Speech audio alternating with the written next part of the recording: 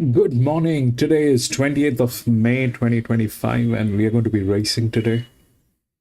Today we are going to be racing here at Tamworth, which is in New South Wales, Australia. We are going to be racing here after a long time. We've been avoiding this track and for some valid reasons we've been avoiding that. And we don't have any other options today. So this is the only track that we have, and we are going to be racing here, and we'll see what we can do here. We've got about 7 races. The ground rating was soft, but right now I think it is raining there, and so the tendencies are it is going to be heavy.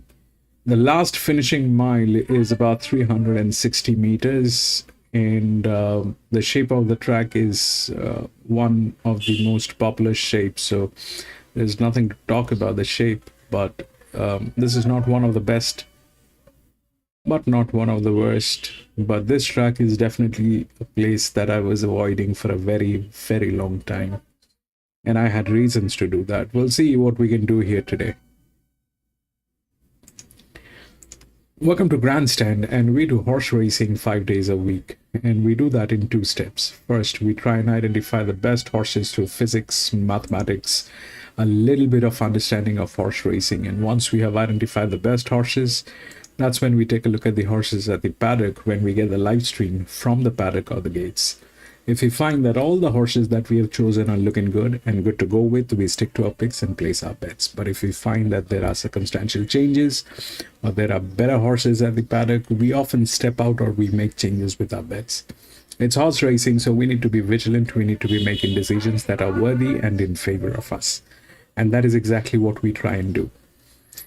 I've got 3 tabs open in front of me. The first one is where we get to see the races. The second one is RaceNet, where we'll take a look at the scratchings and the odds. And the third one is PalmerBet, where we take a look at the official winning numbers. So that's all that we have, and we'll see what we can do here today. Do we have a feed? Yes. Sabu's Spry, Golden Decade, upstart leads, and Benny still dropped out last, and so they come up to the turn. Party for 2 on the inside. Looks like Flagell's hanging on the outside. Sabu Pride coming through in the middle, and Golden Decade's coming down the outside with the big bounds, but got to get to Party for 2 first. It's kicked. It's a length and a half in front.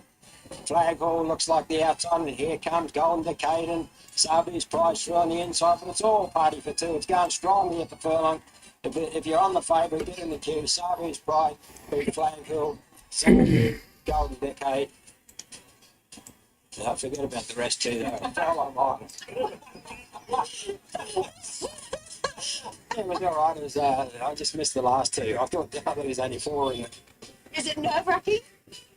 No, it is when you miss the last 2. But yeah, once you get used to the colours, it looks like I wouldn't like to be calling a 16 race field, but 4 or 5 is probably okay. I think you did an amazing job. If you're out in an anger or something. And we are going to have a final. You could be in the final yet, Tony. All right, I'll practice. Bravo!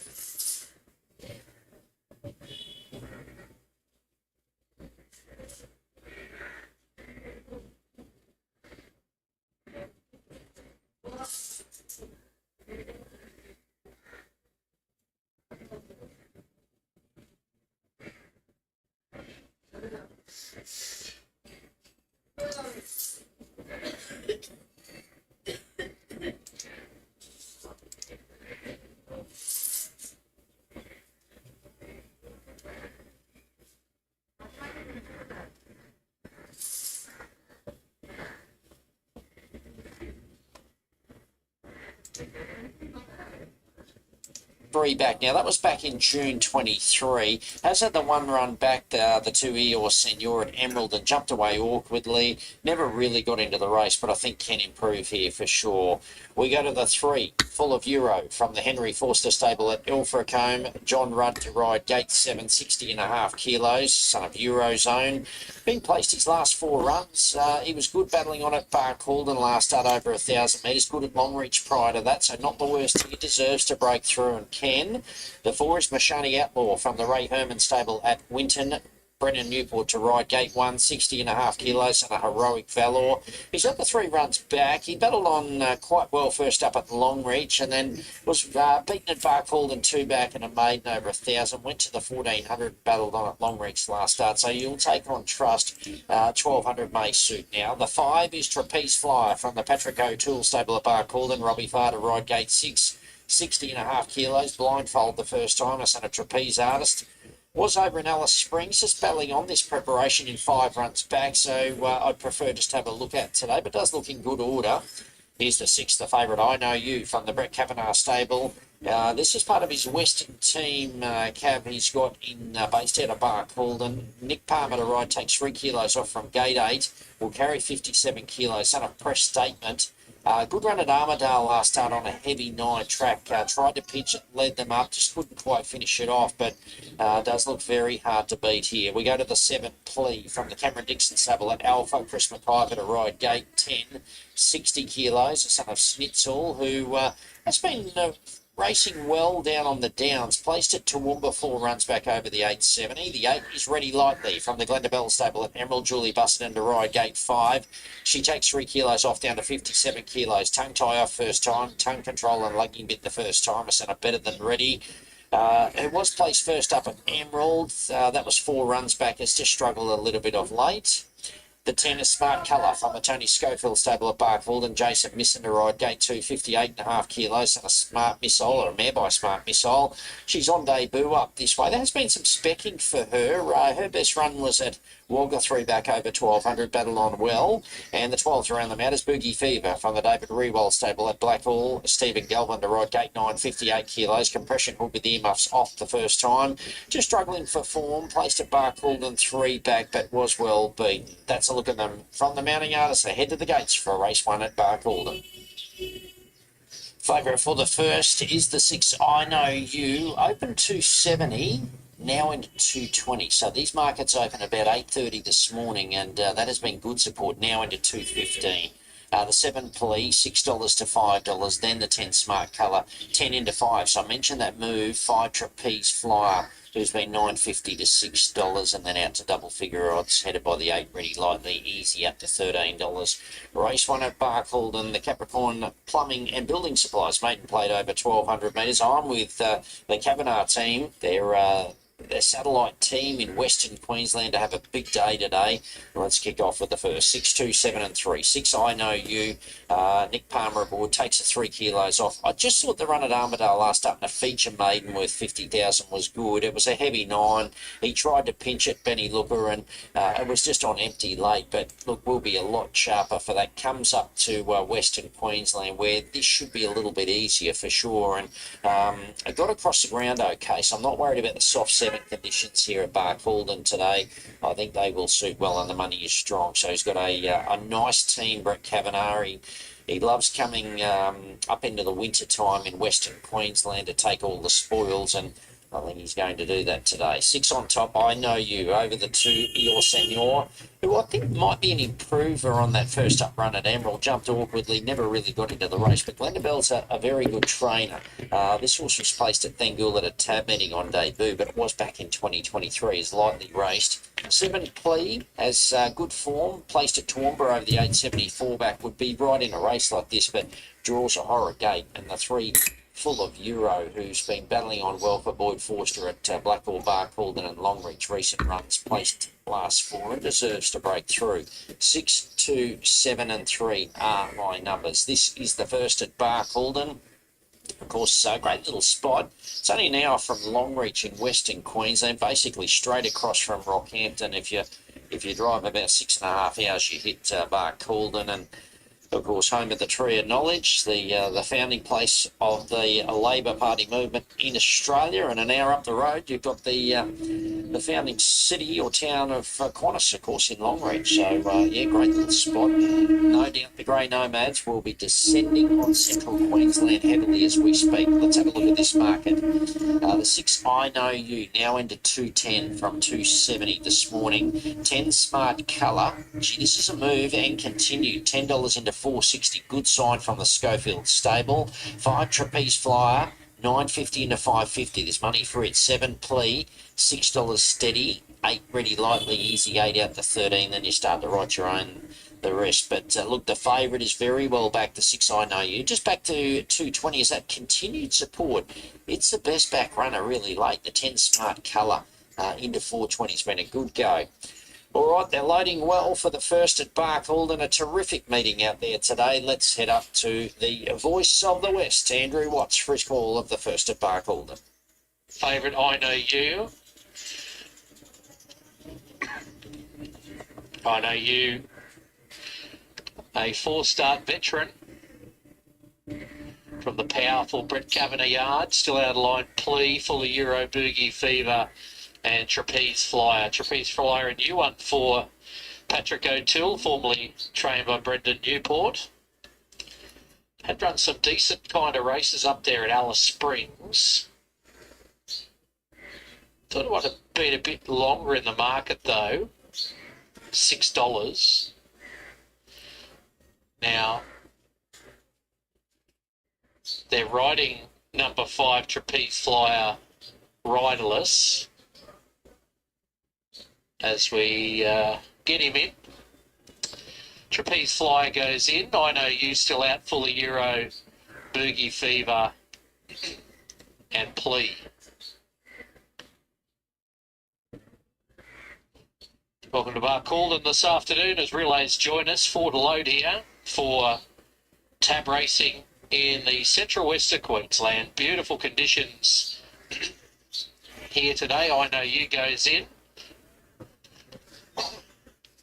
Boogie Fever in the Rodney Hay colours, trained by David Rewald. And Plea, the last one to load. I Know You first favourite here at Barkey this afternoon. Beautiful conditions. And we're set to rumble. Racing, Mashani Outlaw became pretty well away. The favourite I Know You got the best of the start and is getting eased over. Eeyore Senor, Full of Euros and Please there too.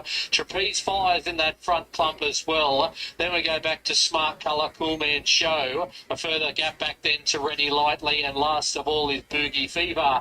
Down the side and in front is the favourite I Know You from Plea in second. Eeyore Senor third. Full of Euros fourth. 1 out, 1 back. 3 back to Trapeze Flyer on the outside of Bashani Outlaw. 2 back to Smart Colour with about 8 to make up. We go further back to Cool Man Show starting his run. Ready Lightly back to second. Last Boogie Fever can't keep up at all. It's in the tail of the field.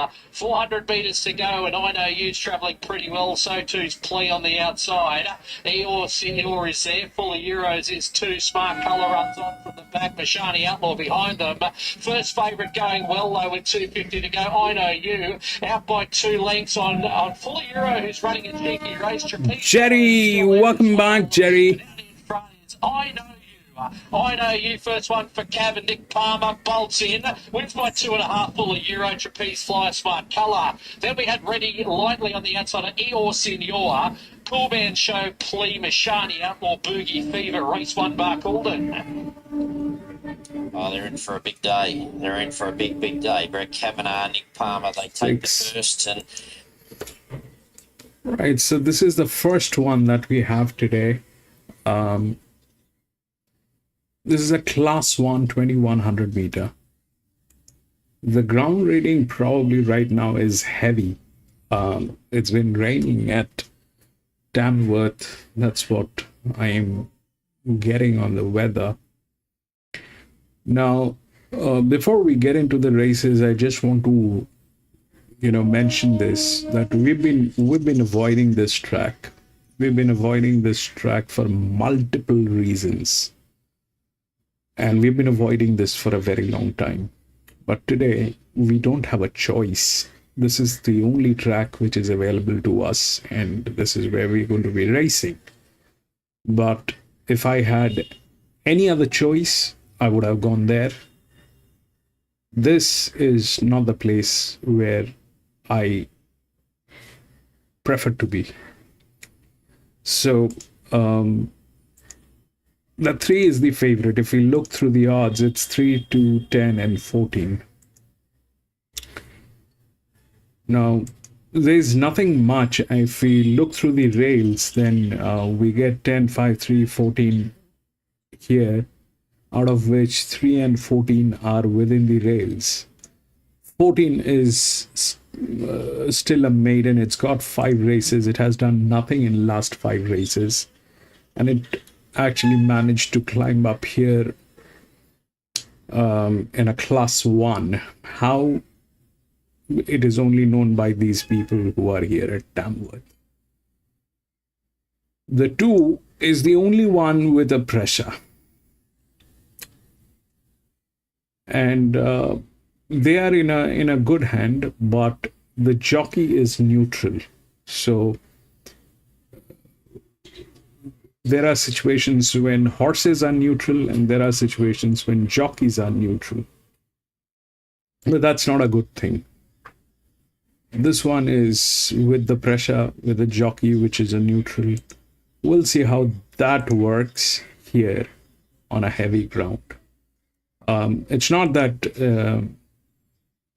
they are extremely bad. It's exactly like the neutral horses. The neutral horses, they work very differently, and winning chances are very slim most of the cases.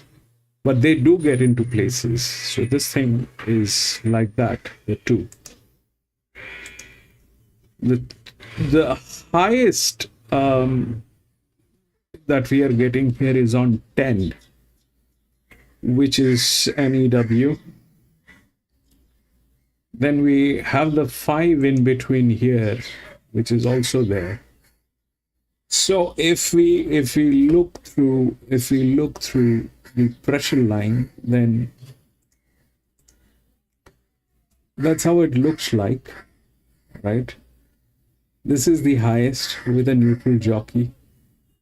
Then this one is there, which is there. But here, this jockey has never been to this track. We don't have any data for this jockey.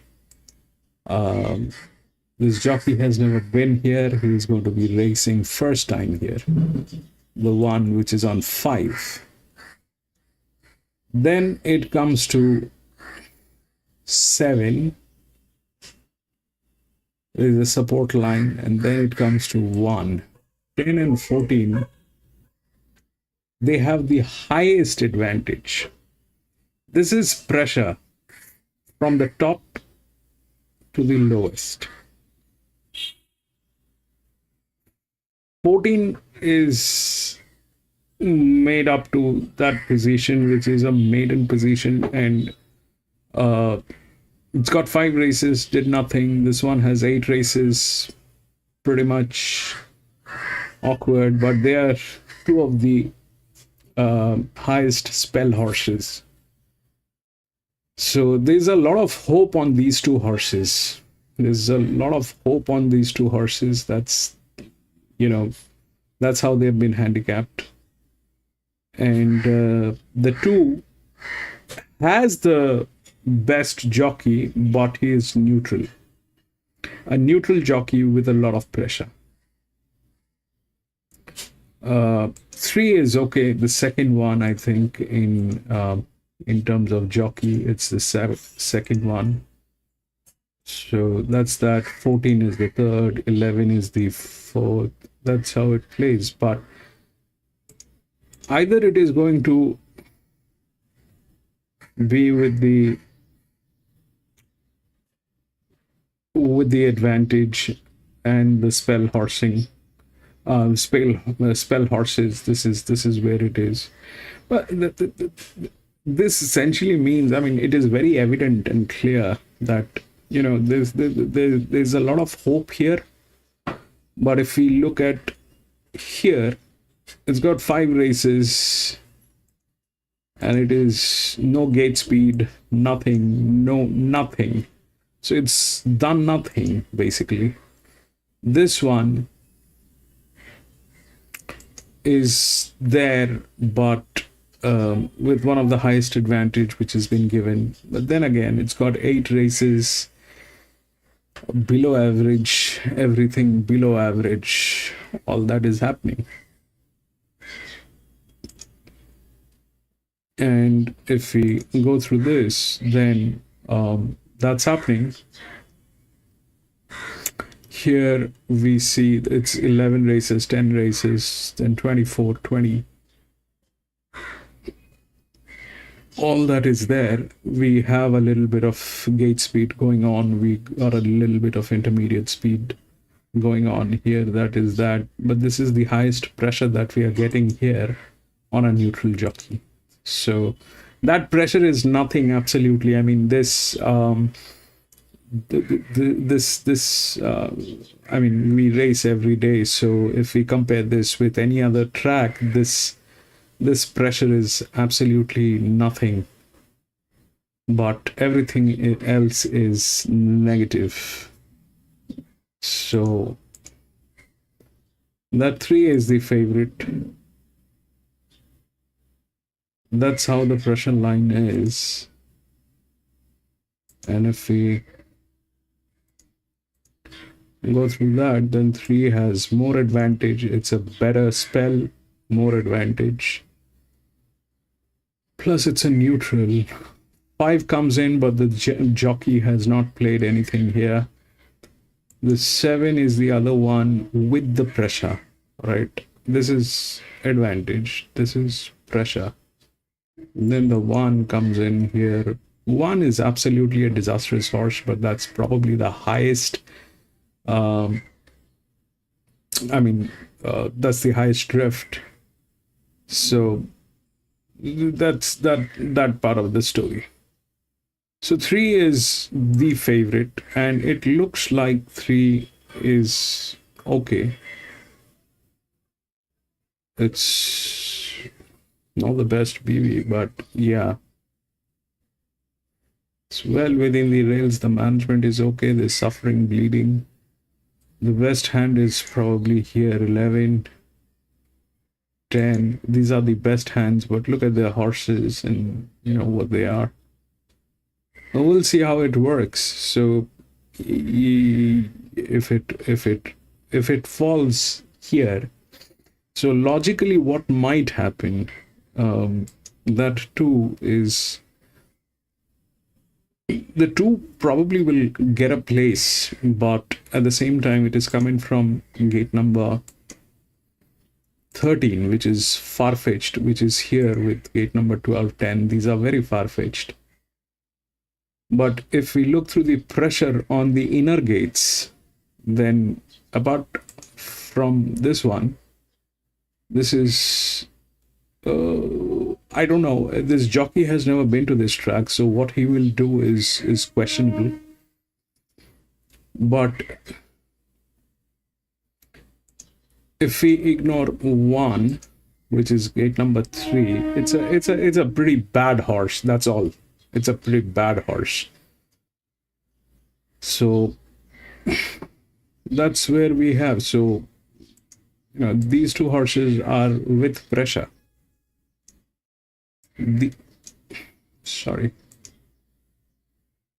These 4 horses are with pressure lines, out of which 2 is the highest with a neutral. The second one is the favorite. The third one, the jockey has never raced here, and the fourth one is a lot of support line going through. But we'll see if the spell horses get in, or the contenders who are better in racing, they get in. So this is something that we need to see. 3 is ideally the favorite, and 3 is the one with the advantage over this. This is a neutral jockey. This is something that needs to be monitored from the first race, because I've seen a lot of races here today with a neutral jockey. It'll be easy on a class 1 to identify if this is any good. It generally is not, but it depends on the track distance and the weather condition. A lot like exactly like the neutral horses. So we'll see how that works. The jockey on 2.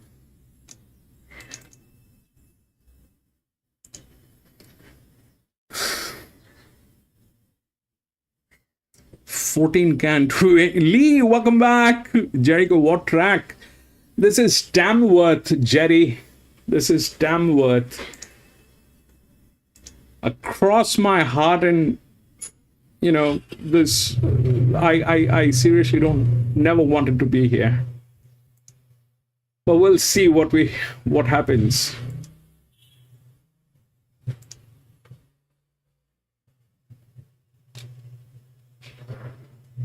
Fitness. We're back up in trip today, probably yet to really tick the 2,000 metre box, but has been placed 2 times on the soft surface. 12's out, the 13, Pressalina, prepared by Sue Big at Gunnedah. Billy Praise in the saddle. This man's had 19 starts, only been in the placings twice, and the form in recent times hasn't been all that great. No, really well beaten last start, around 11 lengths the last start effort there at Gunnedah, so needs to improve off what she's doing, but I can't fault the parade. And the 14 is So You Ready, the second of Kristen Buchanan's runners.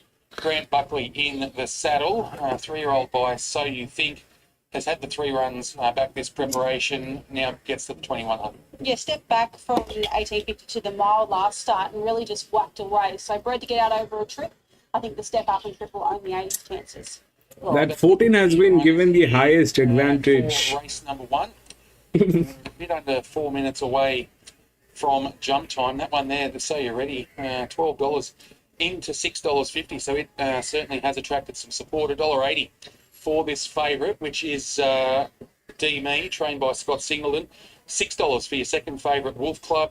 Kristen's horse there, So You're Ready, into third favourite now, $7.50. The stablemate, Naveem, is $7.50 chance. $14 for the 4, which is Omakami, but $18 for number 11, Pathelia. Farage is a $23 chance, and the same quote there for the 9, which is Lady Lilybet.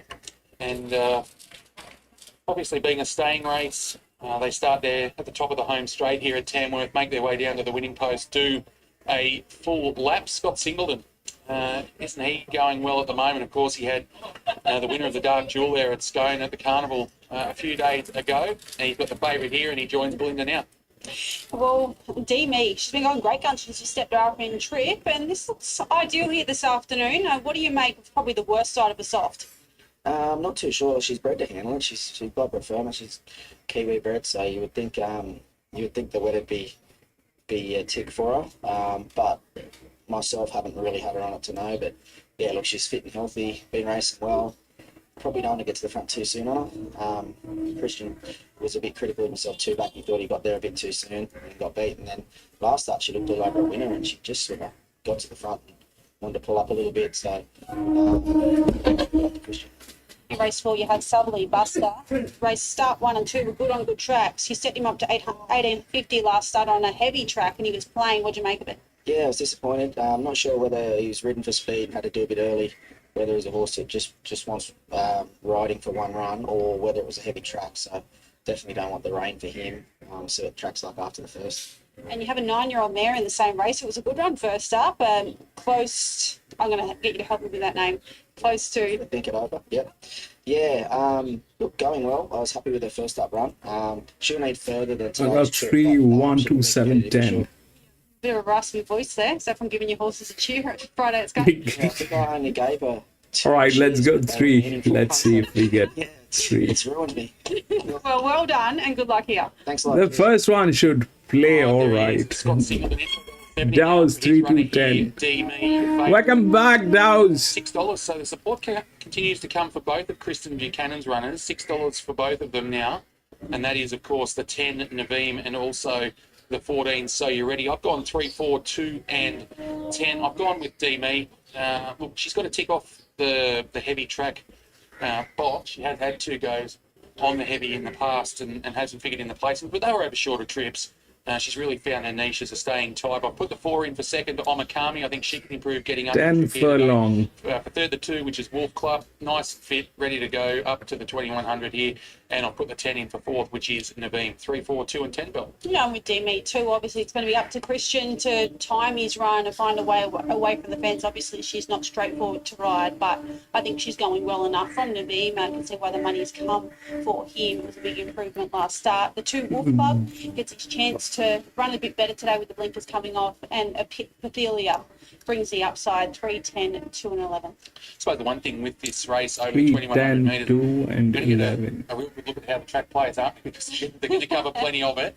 And it'll be interesting to have a chat to the jocks when they come back. I did notice the stewards out, just having a quick look at the track before this event, probably just looking to see whether it needs to be downgraded from that soft 7. But we'll get a really good gauge as to how it's going to play with a big field over a long trip. Yeah, we just had probably light to steady rain the last hour or so, so it's probably, I'd love to see it stop raining sometime soon, because you obviously don't want to open up the track and then have more rainfall. All right, looks like there's about 2 or 3 left to load here for the first. We'll head up to the caller's box for the first time today. Here he is, Dan Misson.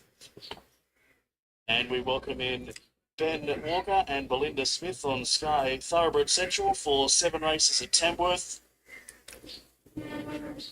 as the final few runners get set. Wolf Club will be the last one to come forward, drawn to the extreme outside. Starter Alan Wicks comes down front. And the red light is activated for the first of 7 races at Tamworth. They're set. Starter holds them and lets them go now. They're off. The favourite D-Me from the inside was cleanly away. Out wide driving forward is Lady Lilybet. Its stablemate Perfilia is not too far away, and Springworld is also driving forward along the inside. Lewis boom. Behind the speed and followed by D-Me, lands 50 inside. A length away next is So You Ready, and followed then by Omakami, getting about midfield. Messalina is next, followed further afield then to Wolf Club. That's the one that we have to check. Where does it get? Mile astern, 1,600 metres left to travel. We're on top at Springwell as the leads by a length and a half from Lady Libby Betty in second spot. Ophelia is third the inside, and Morgan is working 1 deep. The favourite D-Me is fifth along the inside, and then followed by So You Ready. A length in front of Pressalina, followed further afield to Omakami. Then came Wolf Club. Needham is next to last, and Forage is at the rear of the field. 1,200 metres left to travel in the first at Tamworth. No moves to report. Spring Wellness leads them down the back by about a length and a half from Lady Lily Bet in second spot. Perfilia is third, followed by More Elements to the outside of D-Me. Now here comes a big burst of speed from Wolf Club. It's tracking forward out 3 deep on the track. So You Ready goes with it. A length away next is Omid coming, and followed then by Pressalina. At the back came Forage, and at the rear of the field is Neven. So they've got it out 700 metres left to travel down the side of the track, where it's Spring Wellness that leads away. Moving up now is Lady Lilybet, and Lady Lilybet sticks its head out in front. Starting to drop back now is Spring Wellness. Heading forward out deep on the track comes Perfilia, and Wolf Club's coming up rather quickly as well. And at the head of the remainder is So You Ready. So they've got 350 metres left to travel, where it's Lady Lilybet that leads away. D-Me's getting a beautiful passage up along the inside to grab second, followed then by Perfilia, who's moving forward, and Wolf Club to the outside. That's the top 4, where D-Me comes up along the inside to level up with Lady Lilybet, then followed by Perfilia out wide, and Wolf Club coming to the extreme outside. Wolf Club moves up with Perfilia. Wolf Club out wide. Wolf Club 2:11. from Perfilia in second spot. Then came Lady Lilybet and D-Me. In behind those were Forage, then followed then by Omakami. Ahead then of Neevup, and then followed by More Elements with Pressalina. And Lewis, boom. was a long last. 2, 11, 3 and 9 should be the numbers. Wolf Club, Aaron Bullock getting absolutely everything out of this 5-year-old by Tavachi, and that's 2, 11, 3 and 9. He put him into the right spot. He made a mid-race move on him. Belinda got him up closer to the lead than where he was, and had him there ready to strike at the top of the straight, and It was a real slug down the home straight, and he pulled out too many punches. He did. It was a beautiful ride, wasn't it? I 211, love that 3 and back move 9. that he made. No, you anticipated right, because that is something that we had to check, because that 2 is the only one with a pressure. Alright, that 2 is the only one with a pressure, but a neutral jockey.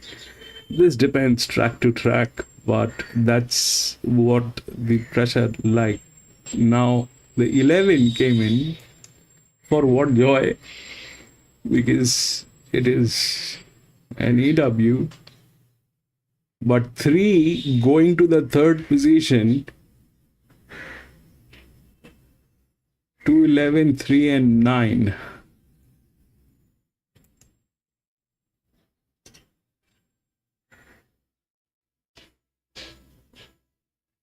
This is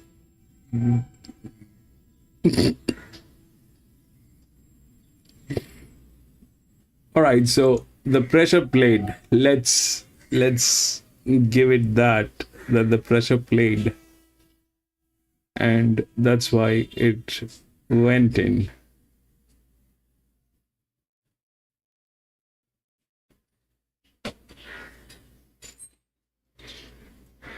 But 3 falling back to the third position, and this one getting the second position is, how do we understand this? Because of the hands?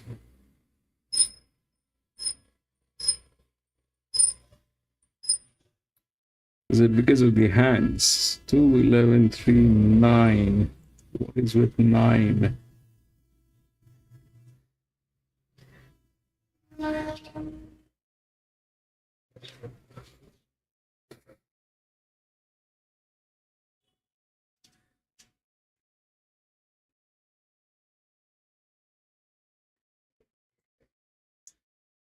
That is the first one. Didn't want to get caught napping, so yeah, I just took the roll forward, not push the button and fully circle it, but just do it within striking distance, and it was tough late. Track, it's still raining. We were on a soft 7. What'd you make of it?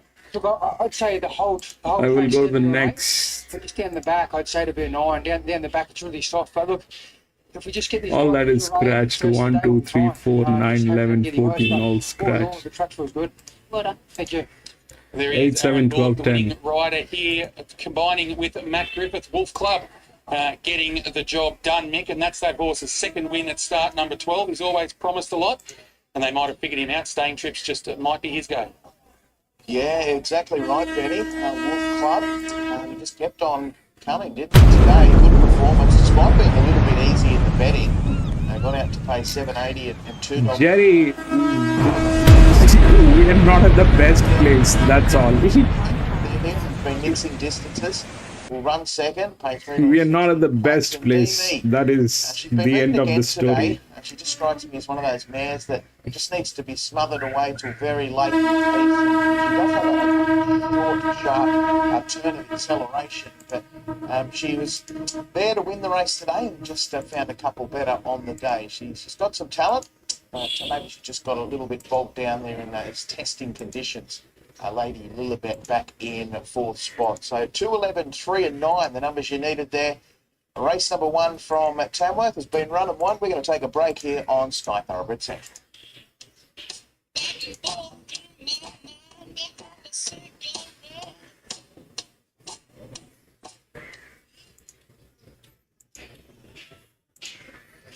Did you go alone, or you went with your family, Jerry?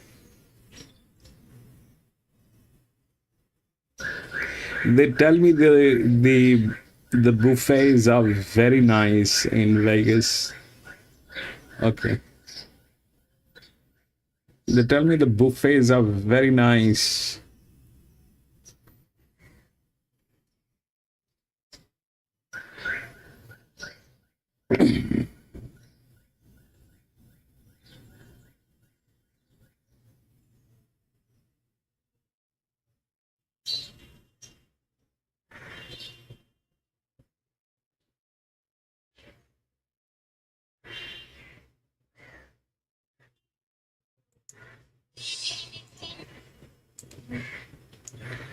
Right, this is the second one. If we look through the odds, it's 8, 7, 12, and 10. 8 is the favorite. Here, the 2 won with the pressure, okay? This is a 1200 meter. The 8, this one is a maiden, firstly, so it has two runs, but it did not do anything. If we look through the rails, it is like that. 7, 12, 13 happens to be one of the EWs, but got 10 races, did nothing. This one also 10 races, did nothing. This one has 21 races.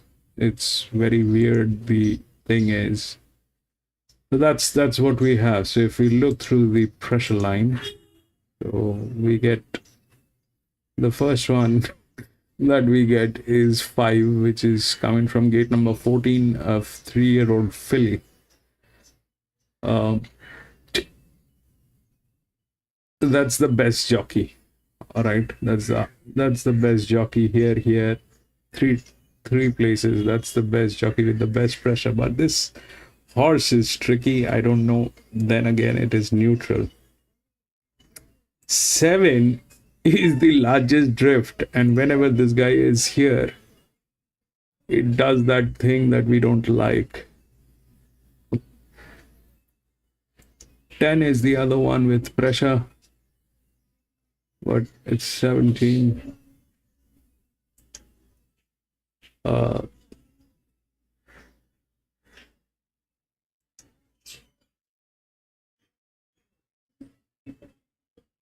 It's pretty strange that this 10 is there, but these two horses are not there. In fact, that 5 is also not there within the odds. This one, this is the EW. The highest advantage is on 13, which is a spell horse, has 10 runs, did nothing. This one is 2, did nothing. It is an EW. These two are drifts.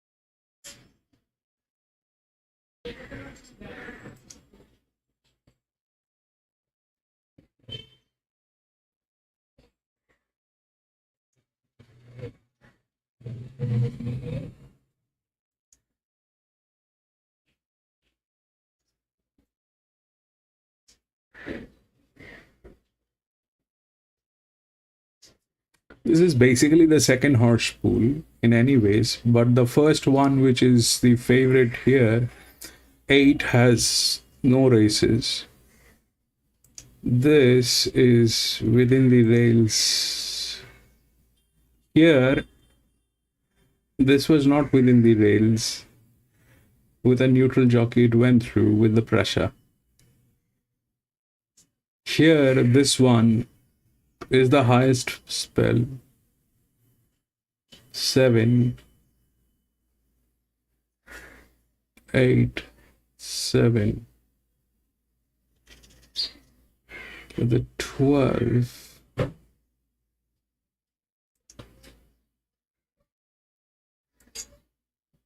14, 11.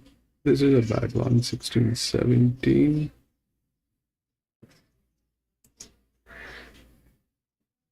6.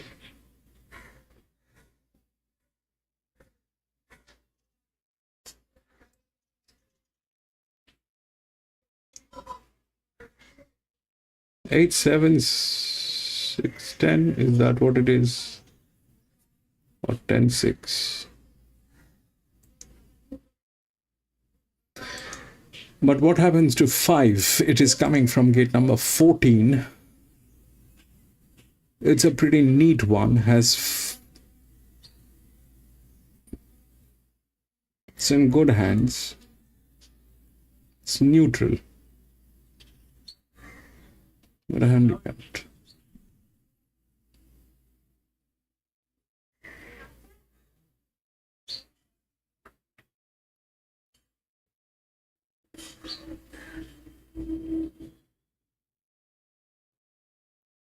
Eight is a hope. 8 has 2 races. It did nothing in last 2. There's no guarantee that it'll do anything. It has fallen to the same category of 15, which has 10 races and did nothing. So they have the same. They look identical. All right, they look identical. This one, 2 races did nothing, 10 races did nothing. This thing has fallen exactly like this one, and that is the favorite. But it is still a hope that it is like 2 races, maybe bad scene, all that has happened. But the question is, will it win?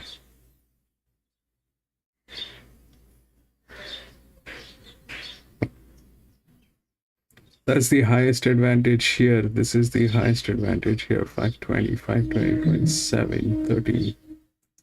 This is 24, 10. Not happening. 12. And this one, 14. I don't know what this one will do, because this is a good horse. There's no reason for this to, the 5 it's fallen. It is actually fallen to dirt. It has actually fallen to dirt for some reason. It has fallen to dirt. So then 7 with the pressure, then 2, 3, 6, 12. That makes sense. But how that 8 is going to work is the question. EW. I'm not going to get into this. That 8 is the favorite, but here pretty much the 7 looks good. I don't know. This might work, might not work. The first one definitely did not work. We're going to experience how Tamworth works today, because I have been avoiding this track, and I have been avoiding this for some very good reasons. This track, we'll see.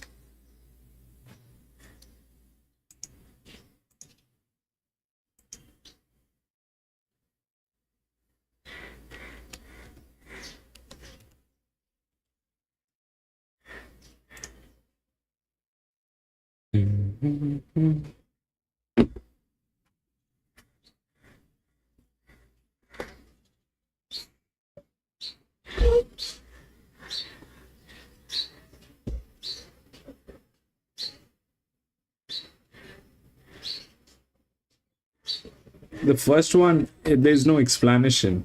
The first one, there's no explanation on how the 2 went to 3rd.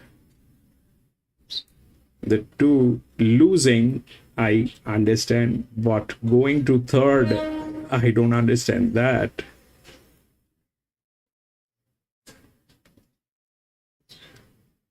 But that's horse racing, I guess.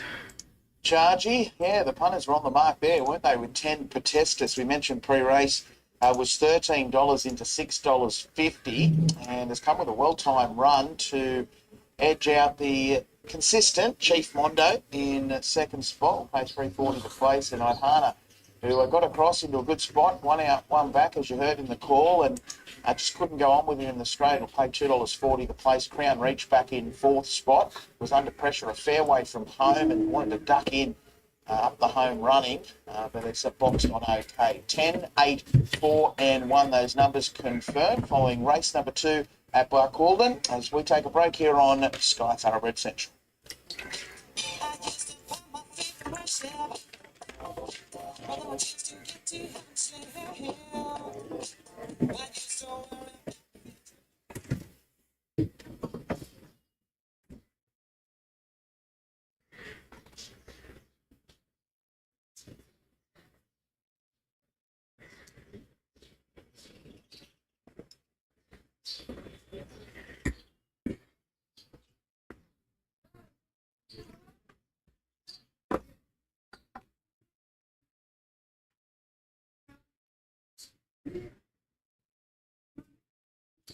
I hit the super factor in Big 5 on the thickness.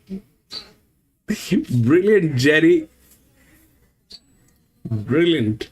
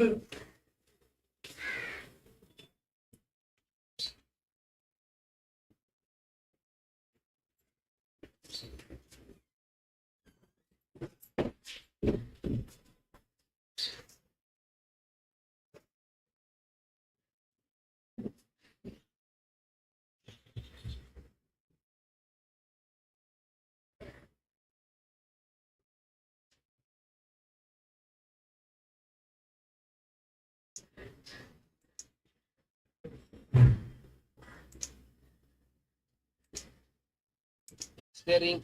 They're off and racing. And with the roar of the crowd, Might and Power to the inside was one of the first to go, and York kicked him up in the early part. In second spot, Summer Bow by the man, Spirit of Oregon coming down the outside from I Like Him and In a Gaze, but at the line the first time, Might and Power is the leader. Spirit of Oregon on his outside to the turn out of the straight, and there 2.5 in front of Summer Bow on the inside of By the Man. 2 lengths away, I Like Him, followed by In a Gaze, Samojo on the fence. A length away, Sapio, followed by Gentle Wind, Marble Hall, driven back off the speed today in front of Fatal. And last of all is Shindig. Spirit of Oregon went to the front at the 1,400 metres mark. Might Power's about to come off the fence in second spot. 2 lengths away, Summer Bow, third on the inside of Vitaman. I Like Him is fifth in the gaze as sixth over racing just a touch. Samojo seventh on the fence. Sapio's in eighth position, followed by Gentle Wind on the outside of Marble Halls. A length away, Fatal, and last of all is Shindig. Down the back, 1,100 metres to go. Spirit of Oregon on the fence, about to hit the Might and Power over racing just a touch. In third spot, Summer Bow. Each camp right on the Champ's Hammer on the inside of Vitaman. A length away, I Like Him. 2 lengths away, In a Gaze. On the outside of Samojo. A length and a half to Sapio, followed by Marble Halls and Gentle Wind, Shindig and Fatal. On the side of the track, 700 to go. Spirit of Oregon, the leader, Might and Power on his outside, and now they're putting on the pressure. 2.5 to Summer Bow, followed by Vitaman, I Like Him. In the gates are starting to make ground, then Samojo, Sapio, Marble Hall, followed by Fatal, Gentle Wind and Shindig. Might and Power hit the front at the top of the straight. York's riding him very hard. Intergaze is coming on the outside. So is Summer Bow, and I Like Him. Mighty Power turned for home at the 300. Intergaze is coming after Might and Power. I Like Him in the middle, then Summer Bow. Might and Power in front. He's a length over Intergaze, trying hard, and I Like Him in the middle. Might and Power the leader, 100 to go. Intergaze can't pick him up. Might and Power in front. He's pulling out plenty. He's a champion, all right, Might and Power. He won the cup. Might and Power beat In a Gaze. Third, I Like Him. Fourth, Marble Hall. Then came Samojo. The next time, Sapio, followed by Gentle Wind, Summer Bow. A long way back, Spirit of Oregon, by the man, followed by Fatal, and last time is Shindig.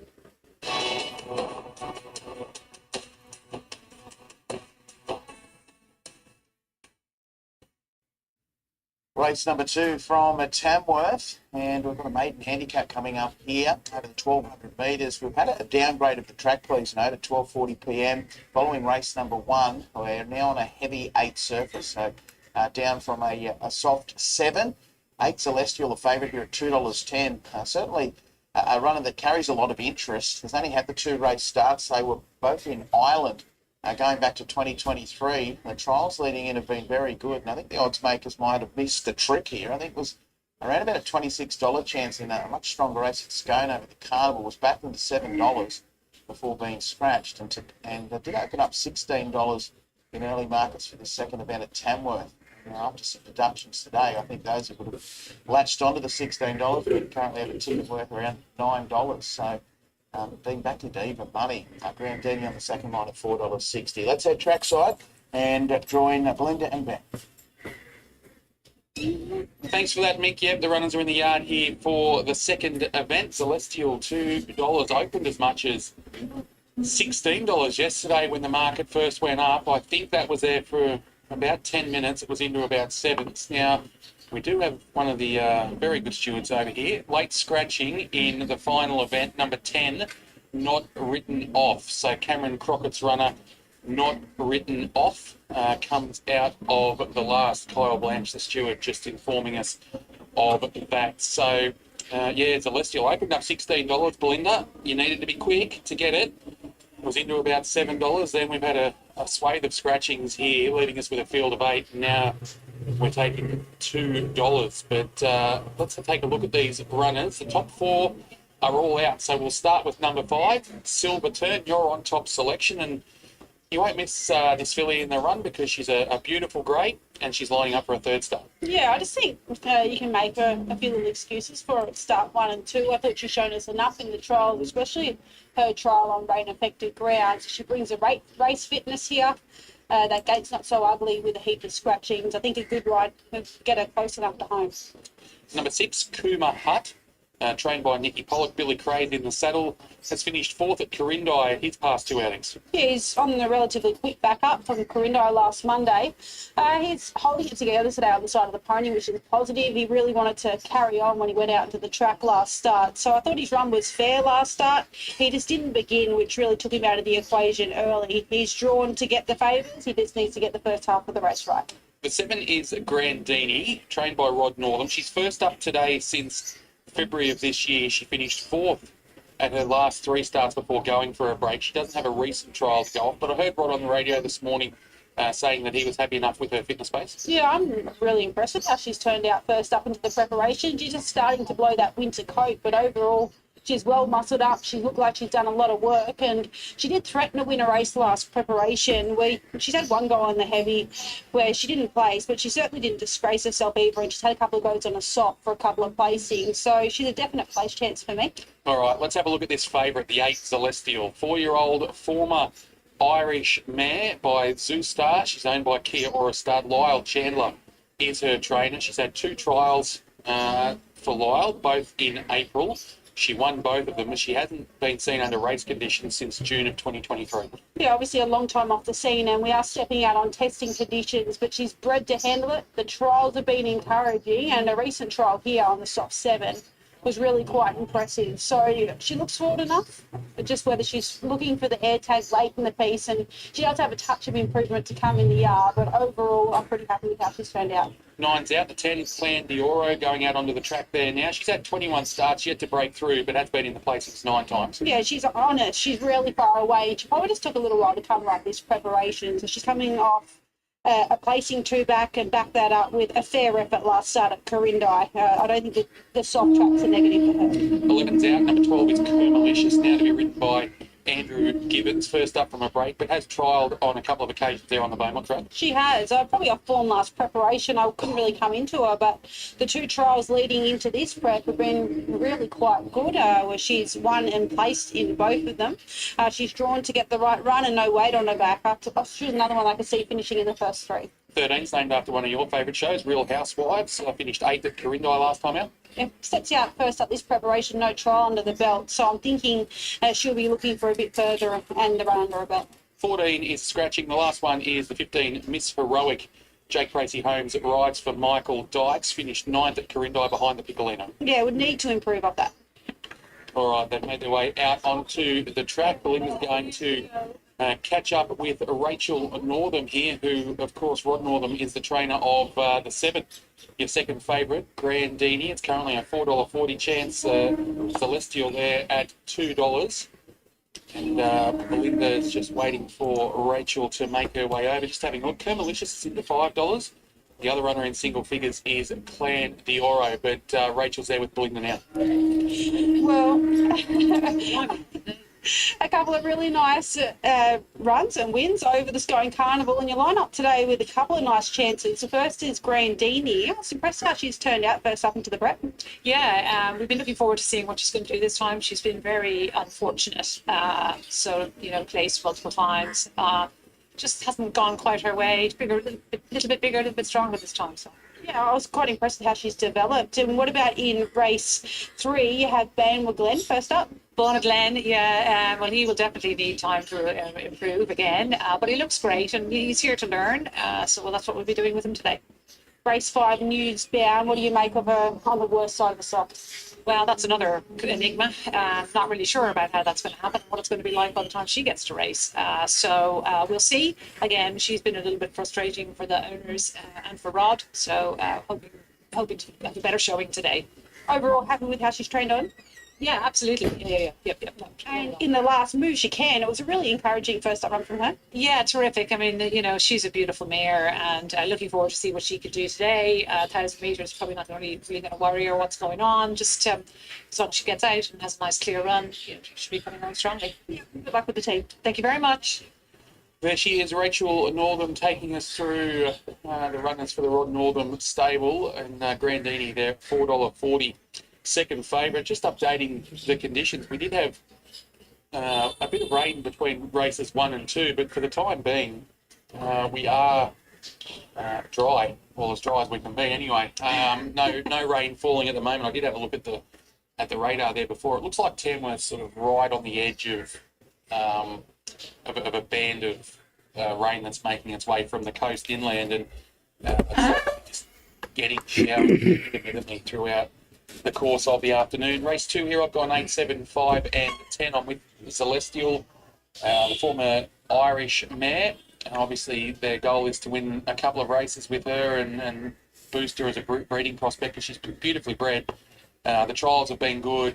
I think this is a good kick-off point for her. I put the 7 in for second, which is Grandini. First up from a break, looks forward enough to run with a free. Has only been out of the top 4 once so far in her career. The 5 in the third. God knows, Lee, stay out. It's a maiden. Let's see what they do. 8, 7, 5 and 10. Let's see what they 5, do. 8, 7 and 2. The first one is very questionable. Very questionable. I understand I thought she was a worthwhile that play here from Celestial. that one went through the pressure line, but I do not understand how the favorite went to third. And running well here. The 7 Grandini. And Lee, we race every day. It's not necessary that you have to invest on each and every race. Choose the best races, my friend. For Celestial. Choose the best races. This is not one of them. This is not one of the best places. I have avoided this track for good more than 6 months. Today I did not have any other options. For the mare, 10 starts, yet to figure in the placings. But wasn't beaten all that far at Corindi last time out there behind the Piccolino, a bit less than 5 lengths. Yeah, and had 5 goes on rain affected ground yet to figure, and 10 goes overall yet to figure. So maybe someone 8 is a likes the way hope. she's working, but she'd need They're to talking about 8. 8 is a hope. Tracy Holmes doing here a few meetings back with Retrieval. Yes. No one thought Retrieval in that day logs it.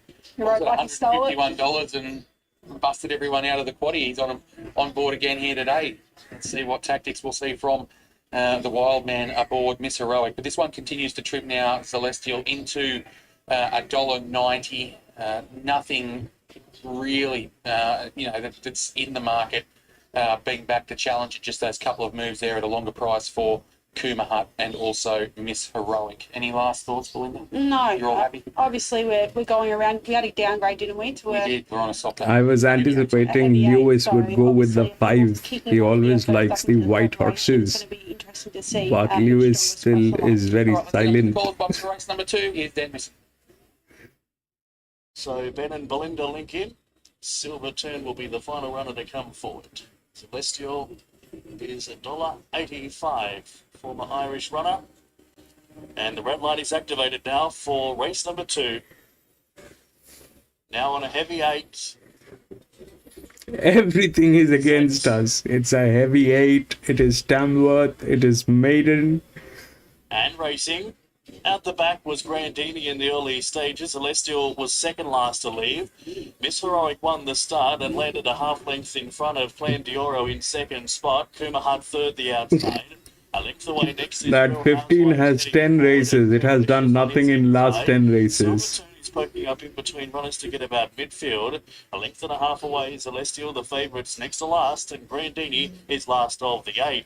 So they've got 700 metres left to travel, where it's Miss Heroic that leads away. It's cleared by 2 lengths. Kuma Hut in second spot. Plan Dioro's third the inside, and Silver Turn is fourth. A length away next is Real House. Good in the trials, and she's come up what we think is going to be the inferior part of the track. Yeah, it was probably Donovan Dillon was left with no other option there. She got shuffled back worse than midfield defence. It was just awkwardly placed there for a long time. So he's probably benefited him that the rest of the horses have come out to the middle. He's cut the corner and come out as wide as what he could. So he's not like he's necessarily going up the inside fence. But nice win from Celestial and well prepared for the Lyle Chandler stable. This 4-year-old mare by Zoostar was first up for over 2 years. She'd had the 2 trials to prepare and encouraging signs for the start of her preparation. Off that, you think she'd go on and win her fair share of races. I thought the second horse was great, wide throughout Grandini from back in the field. That was a really positive return from her. Well, let's catch up with the stable rep from the Lyle Chandler stable. All right, I've got Emily here from the Lyle Chandler stable, and I imagine that'd give everyone a big thrill because she's had a long time off. She's come out from Europe. And you pick a race out to try and get a result first up, and she does that. Yeah, no, it's very pleased to get the job done first up. She's taken a bit of time since coming over here, just adjusting to the Australian racing, but she's trialled up nicely, both trials after this, and very happy to get the work for Kiora, which is very good to us as well. I was going to mention that because obviously they're a breeding operation, and you get these well-bred mares. You want to get wins on the board with them to boost their value as brood mares, and that's mission accomplished now, but she can go on and win more. Yeah, we'll see how she pulls up and what the plan will be for the whole connection, but yeah, see where we go from there. Good ride by Donovan as well. He wasn't afraid to stick to the inside. No, I was a little bit when I saw him, we're going to cut the corner at the top of the straight there, but he knows her good and he knows the track out there, so yeah. Well done. Thank you. All right, Donovan will make his way over and have a chat with Belinda, and I'm guessing the reports there, Belinda, will be glowing. No, I bet they are. You shuffle back into an awkward position around the 600 metre mark. You took your medicine. The win was good in the end. Yeah. So what happened? That 8 went through. 8, 7, 6 and 13.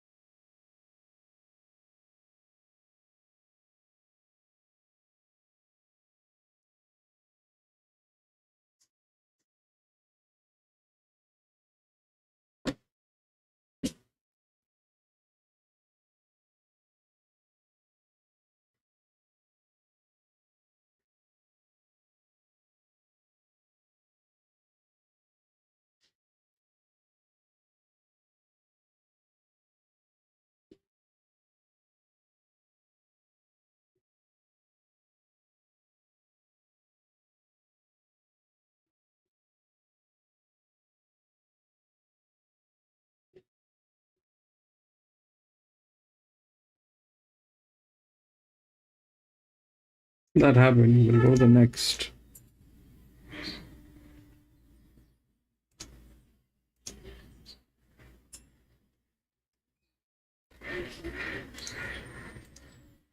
Five, 3, 8, 4.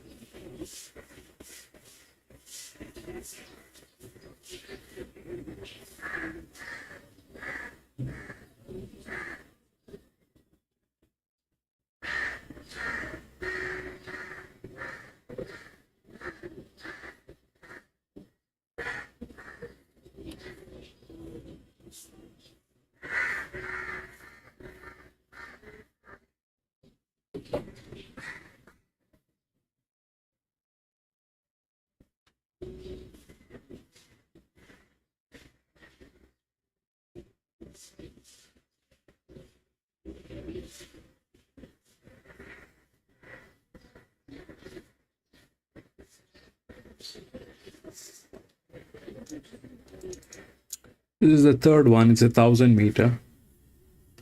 And if we look through the odds, it's 5,384. If we look through the rails, then we do get the 5 on top. It's a neutral. Again, that's the thing. This is the highest pressure. That is the best jockey. So this is 1,000 meter. Here at 2,100 meter, this was the pressure on this horse. This was neutral. This was the best pressure.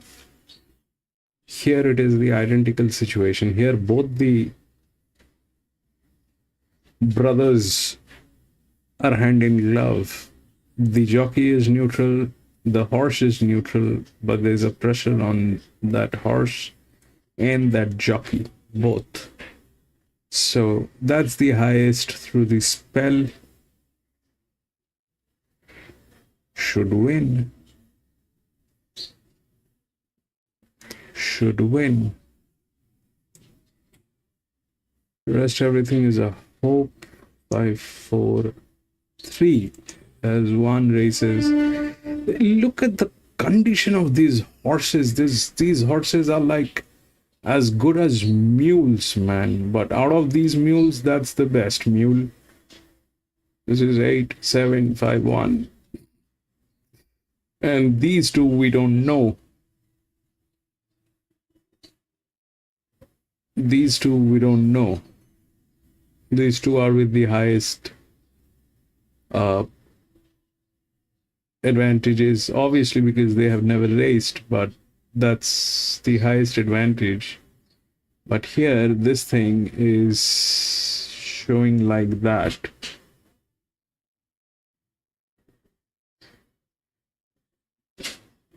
$266, we don't know this. 450. So if there was a linear, it would have been 9. Like here, this 13, all right. If there was a linear, that would have been, but it had 10 races, it did nothing. Today it came in 4th. Here, this 14 had 5 races, did nothing. It did nothing here as well. The 14 was there within the odds. Here, this is the one. If there was a linear, this is the one.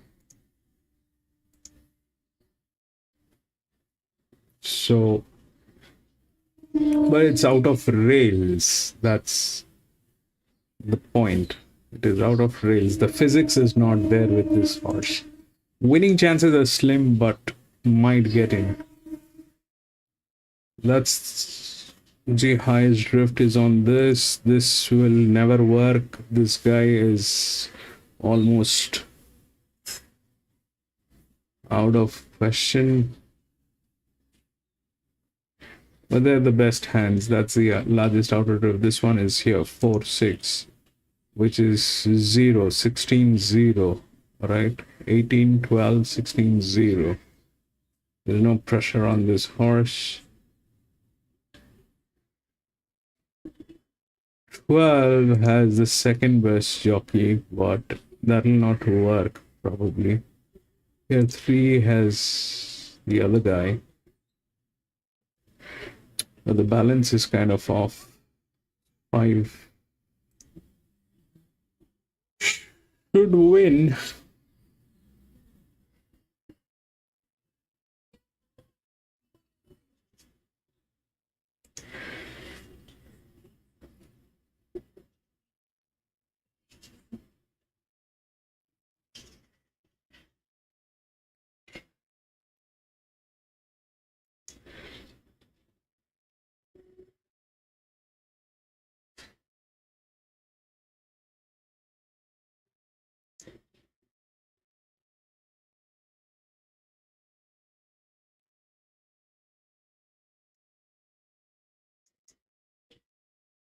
What's going on? It's certainly been a little bit easy, hasn't it, Chargy? Humour me, $1.70 out to $3. Continues to drift. We've got 3 Adlet, $3.70 out to $4.20. It's been a little bit easy itself. There has been a couple that have been back from longer prices in, including 11, which is She's a Duke, currently sitting there as a $5 chance after as much as $7 was available earlier today. 4 Jukebox Lucy's another one that's come in for really good support. $10 into around about $6 now. And what else have we got? 10 Palazzo Spirit, $26 into $8. So you can see why this favourite has eased with a number of other runners being heavily supported. So Humour Me now at $3.20. So I guess that is a little bit of an alarming drift after being an odds-on quote earlier, Chargy. Yeah, I'm surprised, to be honest, because it's very consistent form over on the coast from last preparation. But obviously there's a few specs. You mentioned Palazzo Spirit. It has been a go, hasn't it? $26 now into 7. Now, it did win here despite not a lot of luck to back betting Chief Mondo. We saw the form lines there from that race be pretty solid in the race before. So just failed to fire at Longreach last start. But yeah, look, where there's smoke, there's fire, that's for sure. And they're just nibbling away at plenty outside of the favourite. But I just think with the claim, she looks so well in here. Now, late scratching the 5 changes coming. So obviously, that's why they haven't really loaded up yet. Not sure what happened, but the 5 has come out, changes coming, a late scratching.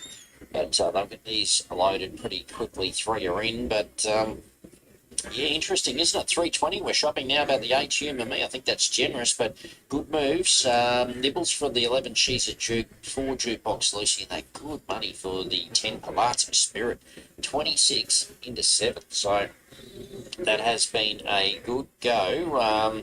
Look, his win 2 back was good, but outside of that, he's been a bit disappointing, Palazzo Spirit. So obviously they think he'll go a lot better today, and the stable will be keen to see a good performance. Of course, they won the last with Potestas. That was Patrick O'Toole and Tessa Townsend, and it was backed in at a price. So they've got a pocket full, and they're reinvesting here with the stablemate Palazzo Spirit. As I said, a really good go in betting here as they load up well.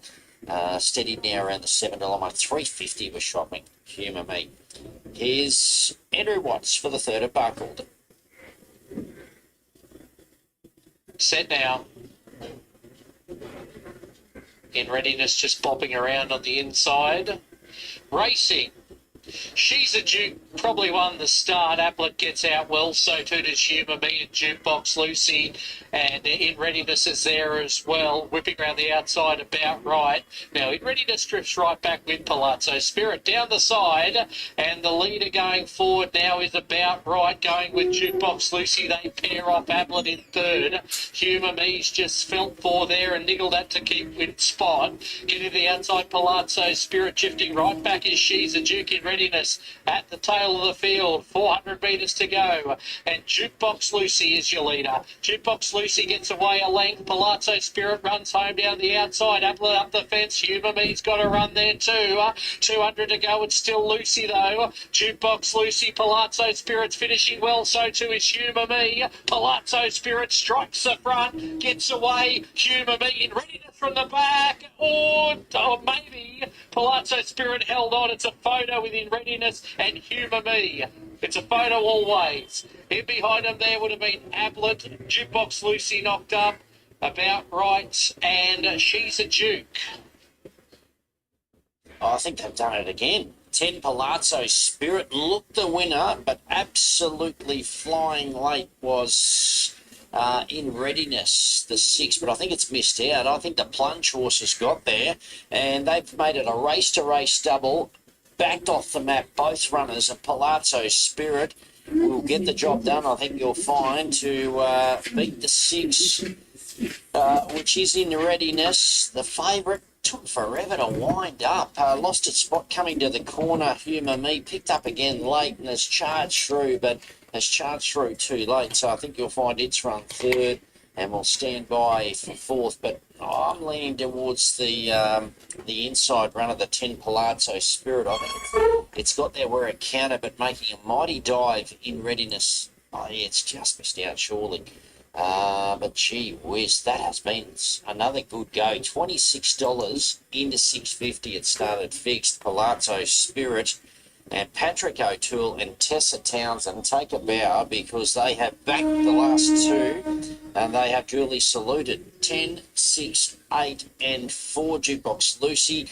Just probably felt the weight a little bit late, but yeah, there you go. They're having a bet at a few at a price at Barcaldine, and they're not going home empty-handed. They have got a absolute fill-up. 10, 6, 8 and 4. Well done. Palazzo Spirit takes out the third at Barcaldine. Humour Me, as I said, just lost its position. Hit a flat spot there coming to the corner. Picked up again late and charged, but Palazzo Spirit full of running. Good run. The second horse In Readiness motoring home late. But 10, 6, 8 and 4 the numbers to race 3 at Barcaldine. Oh, Mickey Wallace, that's sort of your go, isn't it? Well, we're always on the side of the punter, Chargy. 10 Palazzo Spirit. We love it when a plunge comes off. It was a big price early, as we touched on, $26 all the way into $7, and joined in with a big burst and looked like he was going to go on and win by a comfortable margin. I think Tessa Townsend would have got a little bit of a scare late when In Readiness jumped out of the ground and got pretty close on the line. But another well-supported galloper has got the job done. Palazzo Spirit taking out race number 3 at Barcaldine. We're going to take a break here on Sky.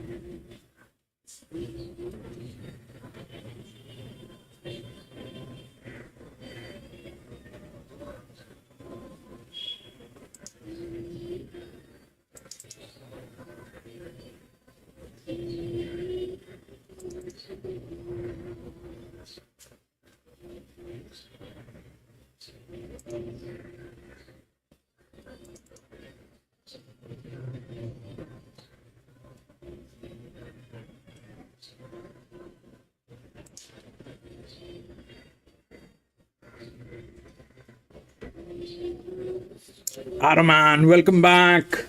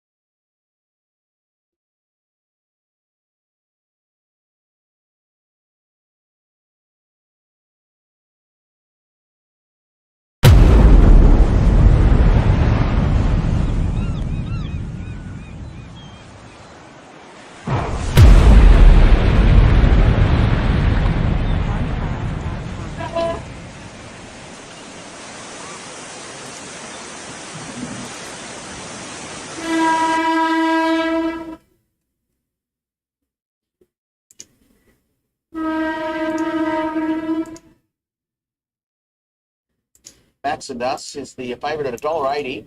Odds the call over 3. By Mister at $5. And we've got 4 down the Tamworth. Ottoman, Tamworth. Both assessed as $7.50 chances. Runners have made their way into the yard ahead of a start in race number 3 at Tamworth. Let's get back to the track and join Belinda and Ben. Thanks for that, Mick. Yep, the runners are in the yard. The last of them just coming in now here for race number 3. And Belinda, we don't have that sun that we had at the end of race 2 when we threw back to Mick. But the good news is we haven't had any rain at all. It's still obviously quite overcast, but no rain between races 2 and 3, which is good. We've got a field of 10 to go around and do battle here with a short price favourite there with Max and Us, trained locally by Melissa Dennett. Number 1's out. Number 2 is, I was looking forward to number 1 being around because I thought you did its name very well on form line last night on delay. I did get educated last time I was at Dubbo by a co-worker. Number 2 here is Borna Glen, gelding by Headwater, Rod Northam trains. Lachelle Small in the saddle. He's a nice enough type. He's relaxed in the yard. He's only had the one start. That was on his home track back in October of last year, and he heads into today without a try. Yeah, looking at him, he'll need this and a touch further. He's a big monster of a bloke. Number 3 is Bo Mr. Simon Casey prepares this gelding by Pride, beautifully bred by Pride of Dubai out of Vaughan Misters. Had the one start at Musselbrook. That was in October of last year. He tuned up for this with a trial here on the 30th of April, where he finished right alongside our previous winner, Celestial. Yeah, so trial form looks good after the previous race, and although he will take a bit of a natural improvement from the run, I have to say he's a beautiful type to look at. He's shown enough form in the trials last preparation. Happy to forgive him for the debut run. I'm wary of him here today. Any idea what Down the Cooker might be? It's an interesting name. Yeah, I'm going to leave that one to you. Number 4 is Down the Cooker, a 3-year-old by Star Turn. Todd Howlett prepares over at Musselbrook. Michaela Weir rides. Resuming from a spell today, was beaten 3.5 lengths in that Celestial trial. He was probably just doing his best work through the line. So he gets the crossover noseband off this preparation, tongue tie and winkers go on. I do suspect he'll need further, but it was positive signs with him capping off the end of last preparation with a placing alongside Naval Officer. The 5 is Max and Us, your favourite. Melissa Dennett trains, is at the 2 starts both here on the home track, finished 5th behind Never Missed Her on debut, and then finished 2nd behind this one time back on the 24th of April. Yeah, positive signs with this one time, coming up to frank the form once again. This is a good parade from him too, because last meeting here, probably slightly warmer conditions, but he wanted to get up on the toes. So he's holding things together at the moment. He's a month between runs. I don't think that matters. He looks like he's done plenty of work, and thinking with the edge off the track, we could see him go a little straighter here today. Number 6, Our Boy Tom, is on debut for Michelle Fleming and gelding by All Too Hard. He's had the one trial here where he finished 4th behind Alart. Yeah, he probably flopped out of the gates and followed them around on style, and after that trial, I think he'll be needing a bit further than this. The 7's out. Number 8 is Desert Cougar. This mare by Capitalist, trained up in Inverell by Todd Payne. Luke rolls aboard. Could have come right into her if the track was a little bit firmer. That's a little niggle here this afternoon, but she's parading beautifully, and there's been a bit of merit to both runs back. Number 9, Hey Booty, Michelle Fleming again. This filly by Casino Prince, Shannon Llewellyn's aboard. Finished 5th in that trial behind Alati. Yeah, there was a very slow time trial of that, so off that basis I was happy enough to watch. But looking at her, she's fit enough. Very new in the yard here though, the filly by Casino Prince. The 10 is Insane Flame, a filly by Zoo Sane. She's had 9 starts, yet to figure in the placings, but she has finished 4th at the past couple of outings at Warrielda and Armadale. Yeah, past couple have been a little bit easier or better, but that has been in non-tab company. So we get to see how that form stands up here this afternoon. Can't fault the parade. 11, Parisidet, showed plenty of speed at her past couple of starts when finishing 3rd here behind this one time, and again last time 3rd at Gunnedah behind Crusader Razor. She's very quick, isn't she? You can expect that she'll be up there again. I suppose the little probably query in the back of your mind, she's drawn wide and taken the blinkers off. So they're going to try and ride her quieter? I'm not sure. I think her speed's the best asset. Number 12 is Ruby's Double. Rich Wilson down from Inverell with his filly by Dubious. Had the one start. That was at Ballina back in October of last year. Resumes without a try. Yeah, former Brett Dodson galloper. She looks like she's done plenty of work, but on the other side of things, she'll only clean up from the run. All right, we're about 5.5 minutes or so away from start time here for race number 3 on the card. $1.80 for this favourite, Max and Us, prepared by Melissa Dennett. Aaron Bullock is in the saddle. He's already ridden a winner today, of course, riding Wolf Club to victory in the first. It's now $1.75, Max and Us, and Melissa Dennett joins Belinda now. $1.75 with the scratching of the favourite. He's got him very short, hasn't he? He's a month between runs. Are you happy with him? Yeah, look, we tossed up whether to put him in the paddock after his last run because he's quite an immature horse. But he come through it well, and my partner Brody, he actually leases it, so he felt, well, we may as well keep going, and we're lucky we did because this race, mainly because of the wet track as well, has come up, and suits him. So yeah. He wanted to get on one rein last meeting here. Is that simply immaturity? Yeah, he hasn't got much upstairs. He's sort of, like he hasn't done in track work and that. I think it's just, he'll get over it. Yeah. A bit more of a kerfuffle going on race day than day-to-day track work. He put himself up on speed last meeting here. Is that the same tactics today? Yeah, Aaron just said he'll, pop him out and then try and get off the backs of a couple and get out to the middle. Yeah, I'll leave it up to Aaron. You got two in the last. The first of them is Little Zampano. He's a ripper. This track has gone to a heavy 8 so far. Are you worried?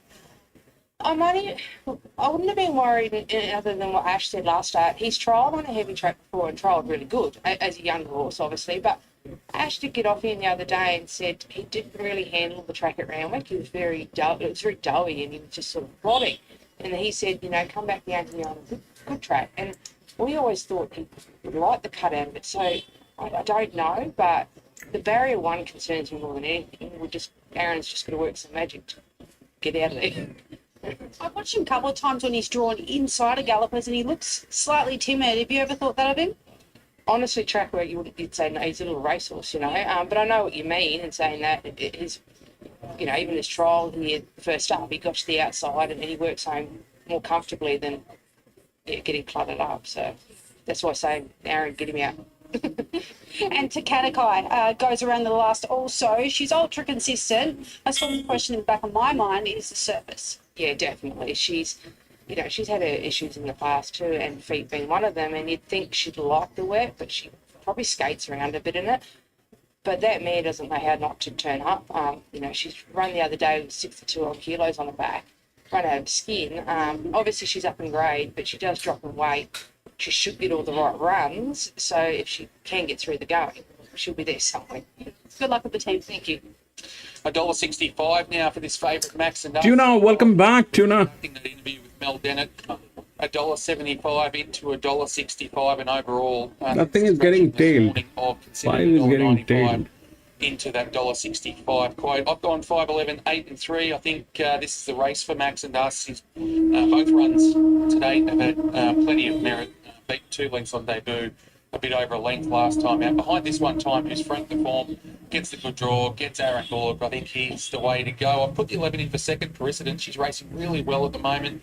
I hope they do try and use her speed. I'm not overly concerned about the gate because she does have that early toe to put herself into a position. She's racing so well at the moment. Adamant 8 wins. Just looking to try and have her preserve a bit of energy for that final 100 metres, because that's where she's been found wanting at her past couple of starts. The 8 Desert Cougar, both runs as preparation have been good, just a concern about the surface. And the 3 Bo Mister, who is now the second favourite, a $5 chance. Good trial recently there behind Celestial, and we saw that horse, of course, win the previous 5.11, 8 and 3. I just had to change my numbers off the yard. I've had to bump up Bo Mister, but I'm 5, 3, 8 and 4. I'm with Max and Us. He looked forward enough a month between runs. I thought there was plenty of merit in the last start effort here, and thinking that the soft track's an advantage. The 3 Bo Mister, he may take a little bit of improvement from the run, but I was impressed with the parade from him. Beautiful type, and that trial form looks sort of stacked up.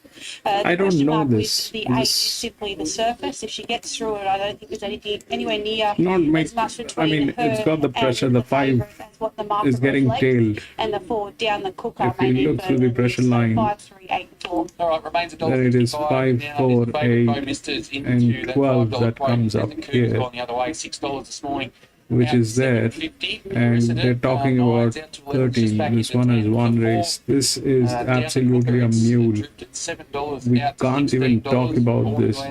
But 5, So really, outside of the 3 and of course the 4, favourite, 8. the market 8 is 17. punters have narrowed it down to those More two. advantage, 16, 0 pressure. $4.60 the favourite. Runs. $1.65 out to $1.80.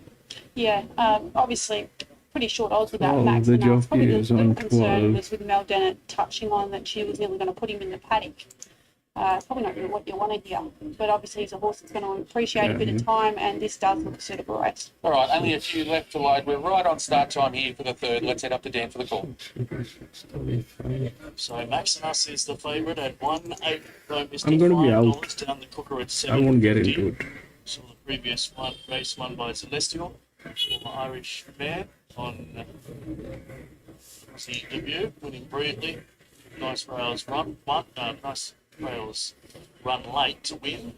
And Wolf Club won the first of the day. So this is race 3 of 7. And the final few runners are getting set.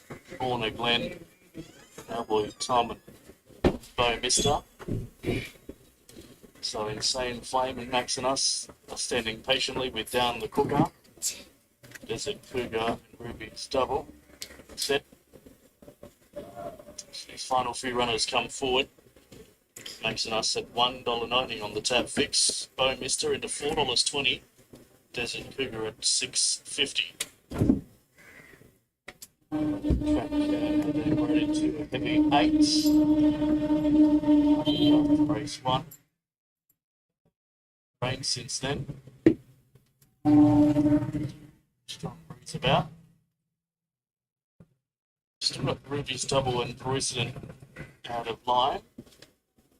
And now those two runners come forward to complete that line. Let's look at the board. Max and Us is the $1.90 favourite. Red light is on. 1,000 metres the journey for race number 3, the Concrete Industry Supplies. They're set. Stand by. And they're racing. Winning the start out wide was Precedent and landed about a length in front. Down the Cooker, Bow Mister all coming forward with Ruby's Double. Punching up along the inside is the favourite, Max and Us and Insane Flame going with Ed. Then followed by Desert Cougar getting about midfield with Born Glen. A gap of 3 lengths away then to Our Boy Tom, and a further 3 at the rear is Hey Booty. 600 metres left to travel. Favourite got to the top. Max and Us leads the way by a half length from Bow Mister in second spot. Down the Cooker, its leaders back third, and Precedent is fourth the outside. In behind those is Desert Cougar and followed by Insane Flame, Ruby's Double. Further afield is Born Glen at the head of the remainder. Into the straight, 300 metres left to travel. Max and Us leads the way. Max and Us clear by a length and a half from Bow Mister, trying hard on the outside and stuck its head down in front. Bow Mister leads away. The danger now is Desert Cougar, who's sweeping up over the top and gets the better of them both. And Desert Cougar wins by a length and a half from Bow Mister. Third was Max and Us, and Down the Cooker was fourth. Our Boy Tom was next home with Born Glen Precedent. Then followed by Hey Booty and Adaman Double, or Ruby's Double, and the last one in was Insane Flame. Cougar $5.20 and $1.60 beats Bow Mister, pays $1.60 as well. Max and Us still wants to do a few things wrong. Finishes third, pays $1.10. Down the Cooker in fourth spot, but both runs this time have been both 835 about her on the wet track, but we need to bother. Yes, I may have overthought that one. 8354. There was nothing between Desert Cougar and Max and Us when they met here around a month ago. And obviously today... Brilliant, Adaman. Sometimes you can read into it. Sometimes you ought to throw it out the door, and that was very much the case here this afternoon. I think she ended up jumping at around $7, and it was pulled away for a convincing win there. They wanted to go hard early. She's...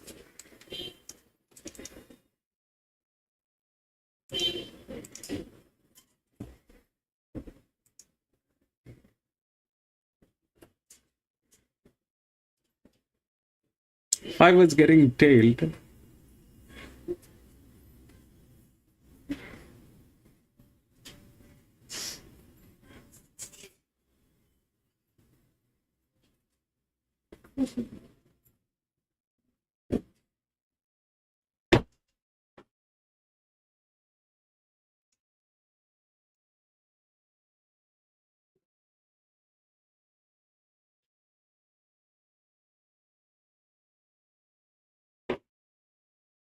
Or 683.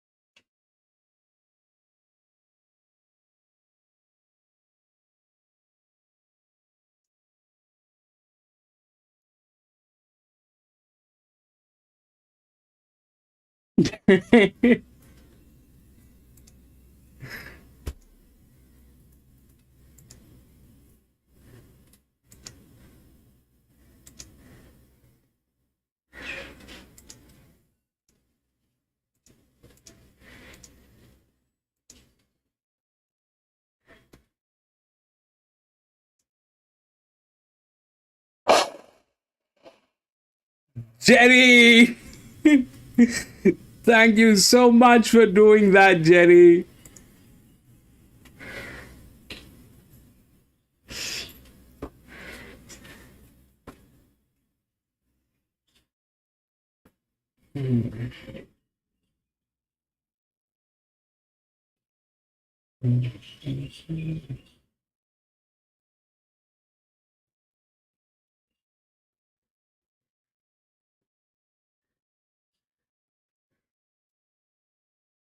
Thank you so much for all the support, Jerry. Thank you so much for doing that. Right, this is the fourth one here.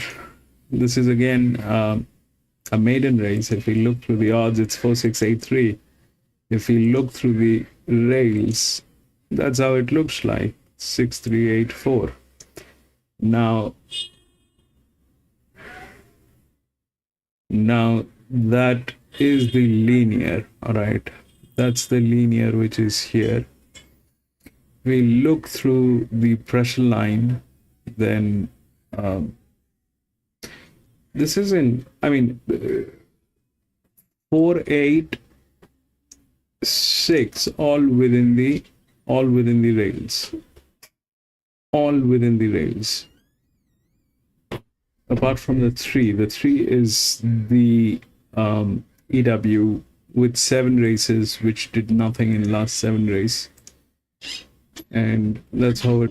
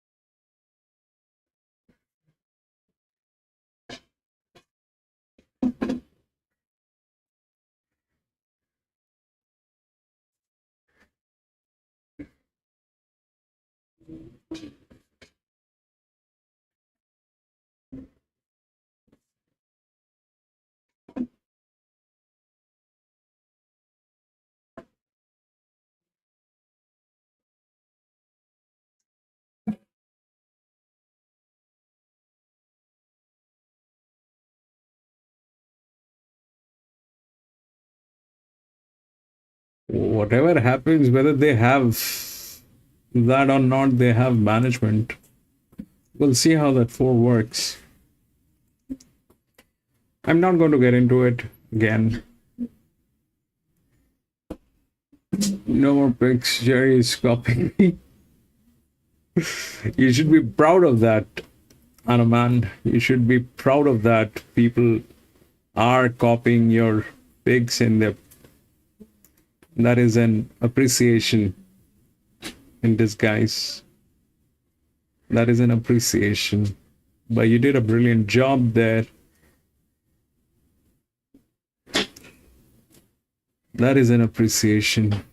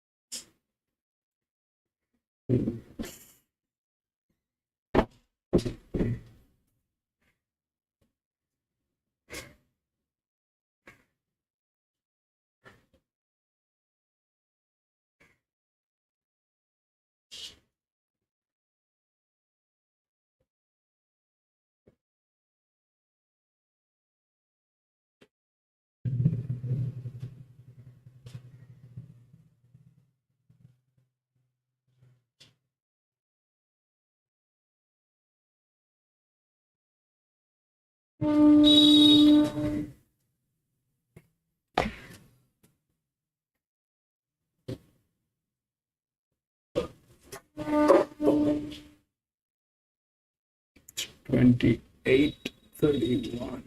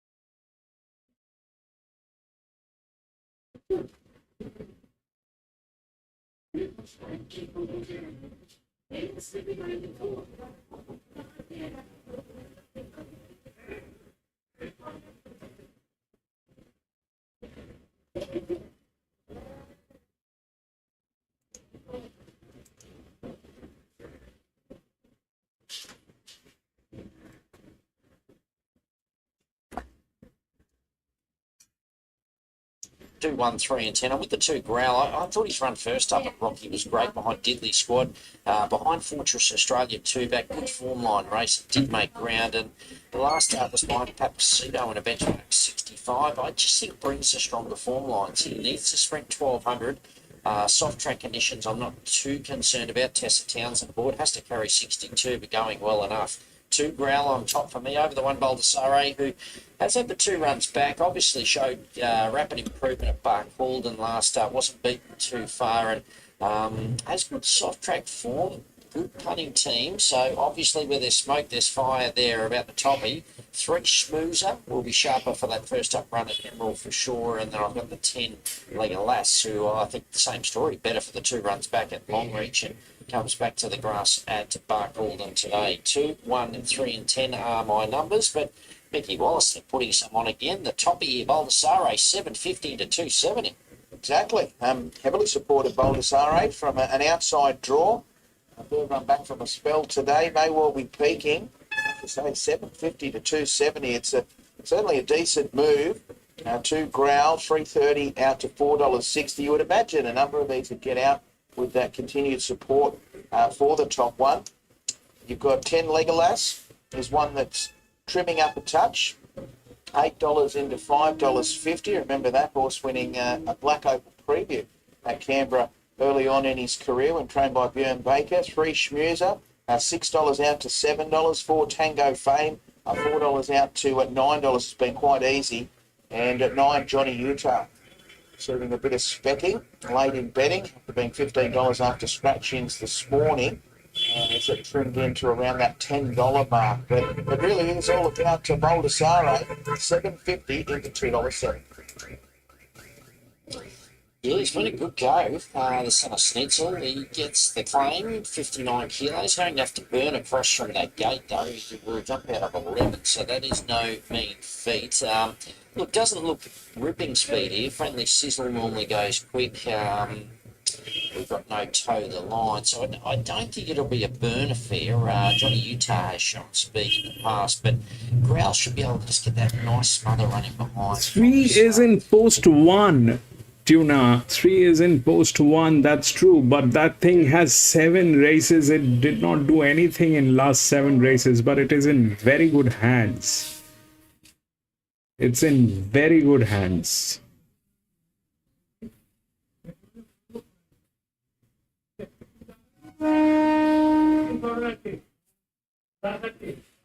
It's in very good hands. It's got 7 races, did nothing. What is it going to do today? What difference will it make? Will it win? I don't think so. The question is whether 6 will be able to deliver the pressure. It's a 1600 meter, so it's the odds are kind of right. It is not wrong. Apart from that 3, it's 4, 6, 8. That's how it looks like. If 6 fails to deliver that pressure, then that's the only one which is handicapped. And if you look at what it is like, so 4, this is a spell horse with a 31. All right, that's the pressure that it is carrying. It's the support line. It's got the best jockey, hands down. So that's that.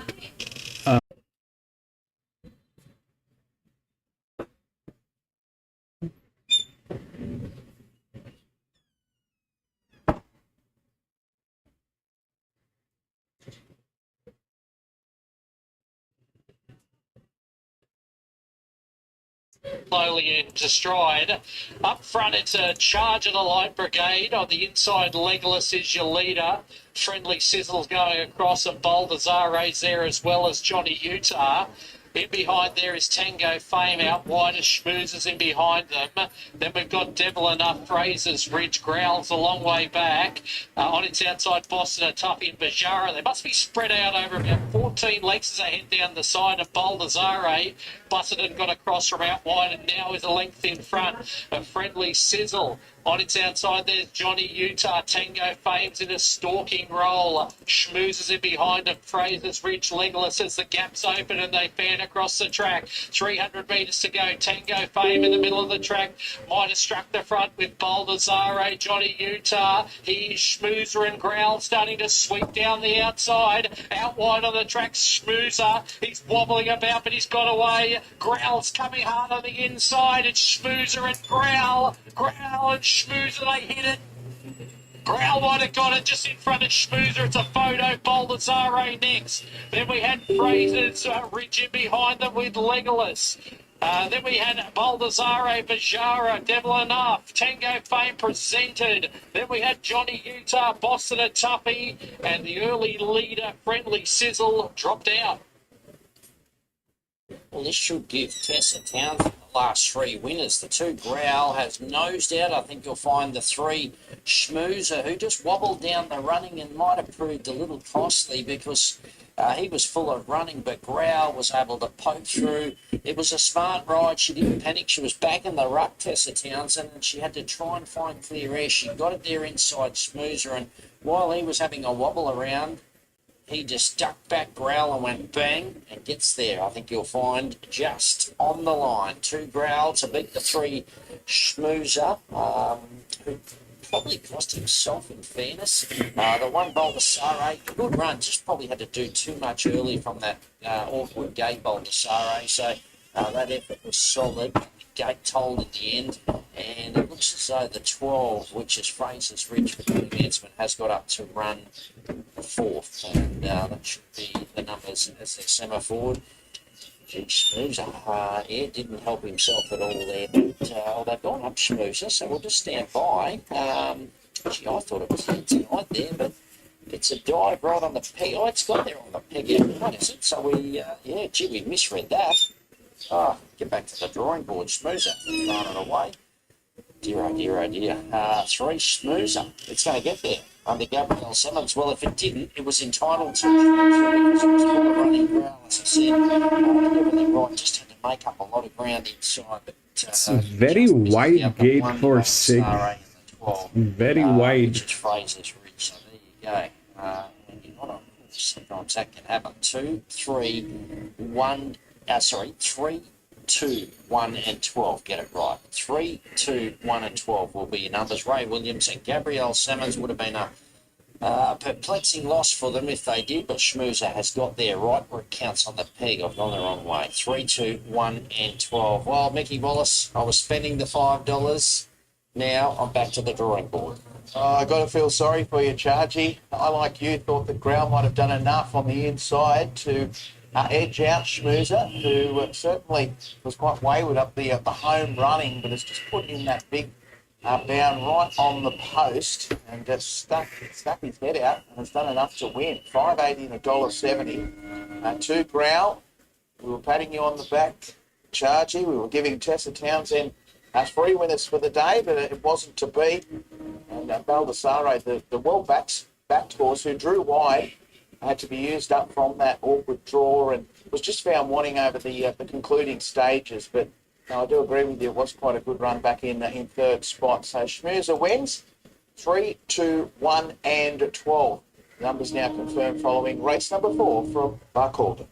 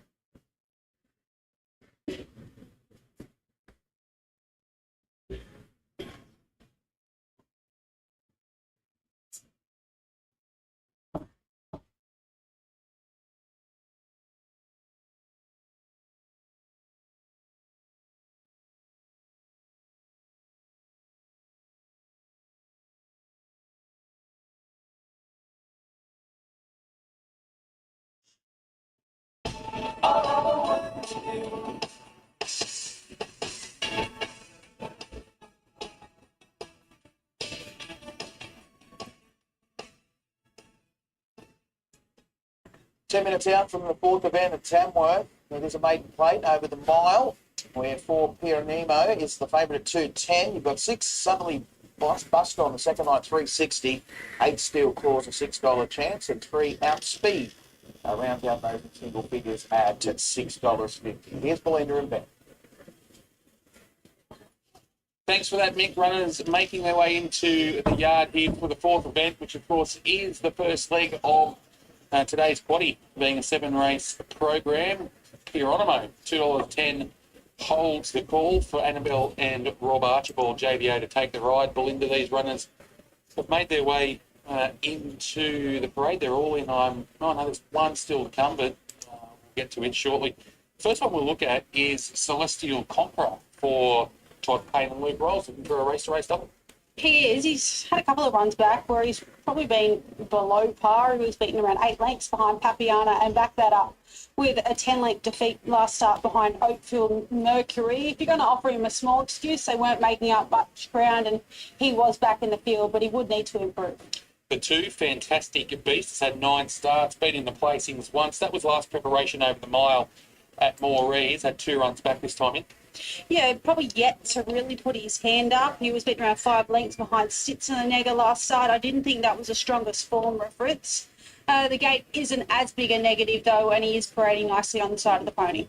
Keen to get your thoughts here on the 3 Outspeed. The former Victorian now with Cody Morgan's had 2 trials this time in over the 950 and the 900.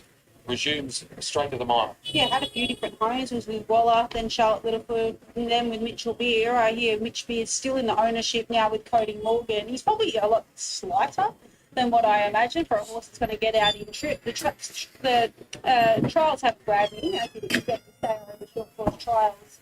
Are never going to be flattering. I'm just looking to see what he does today. What about this favourite, Pieronimo, the 4? JBO aboard for Annabelle Rob Archibald's had 2 runs back this preparation, 1400, 1500, drops from provincial grade today and gets up to the mile. Looks like a nice piece of placement by the Archibalds here this afternoon. I was really impressed with the last start effort. Obviously found one better on the day, but had a couple of little excuses himself. He's had a good grounding of fitness. He's third up into the preparation over an ideal kind of troop and loved the way his pony is finished. And we go without the 5, so 6 is Subtly Buster. Scott Singleton, Christian Reith combined, has an outside gate to overcome, but has had 3 runs back this preparation. And listening to Scott's sentiments earlier, I wouldn't be surprised if they try and find a bit of cover. And I suppose that the heavy surface has to be a slight question mark also, but we're back to country grade. If he puts his best foot forward, I thought he was a clear danger to the favourite. The 7 Star of Congo is a big, strong type, isn't he? He's had 19 starts, 4 minor placings. He's going to go out onto the track early, and he's a big boy. He is a big boy. He was only probably 2 lengths behind Eagles Cliff in non-tab company 2 back, but was really well defeated last start after being slow to begin at Gunnedah. As I said, they weren't making much ground on that day, so maybe he's able to improve slightly here. Number 8 is My Old Mate, Steel Claws. Troy O'Neill trains here on the track. Sienna Grime is aboard. He'll look to push forward and dictate. I hope so, and I hope they ride him like the fittest horse in the race, because I think that's his biggest asset here this afternoon. If anything, he's put on a bit of condition since last time I started him in the yard. He's slightly warm, but we're at the home track, and he gets the benefit of the pony. The 9 Buckles and Bows. Peter Mills prepares. Finished 10th there on the home track at the last time out, but was only beaten 4 lengths behind Snitznegger. There's that tendency to step a little slow and then want to get keen. We saw that last 4 time. is in very good hands. Track. That's Today, Annabelle Nation. You need to see improvement from her. What about this 9-year-old? Close to Think It Over, lining up for start number 3 today. I thought she was pretty good. That is Animal Nation. So the kind of Animal Nation is one of the teams that is very, very prominent on some of the major tracks like Randwick, Flemington. So they're kind of very professional. Harsh Mistress, They know their job. A couple of links there at Wellington. Back on the 13th of May behind 4 is like that. Yeah, tricky draw to overcome. So whether they adopt the same tactics.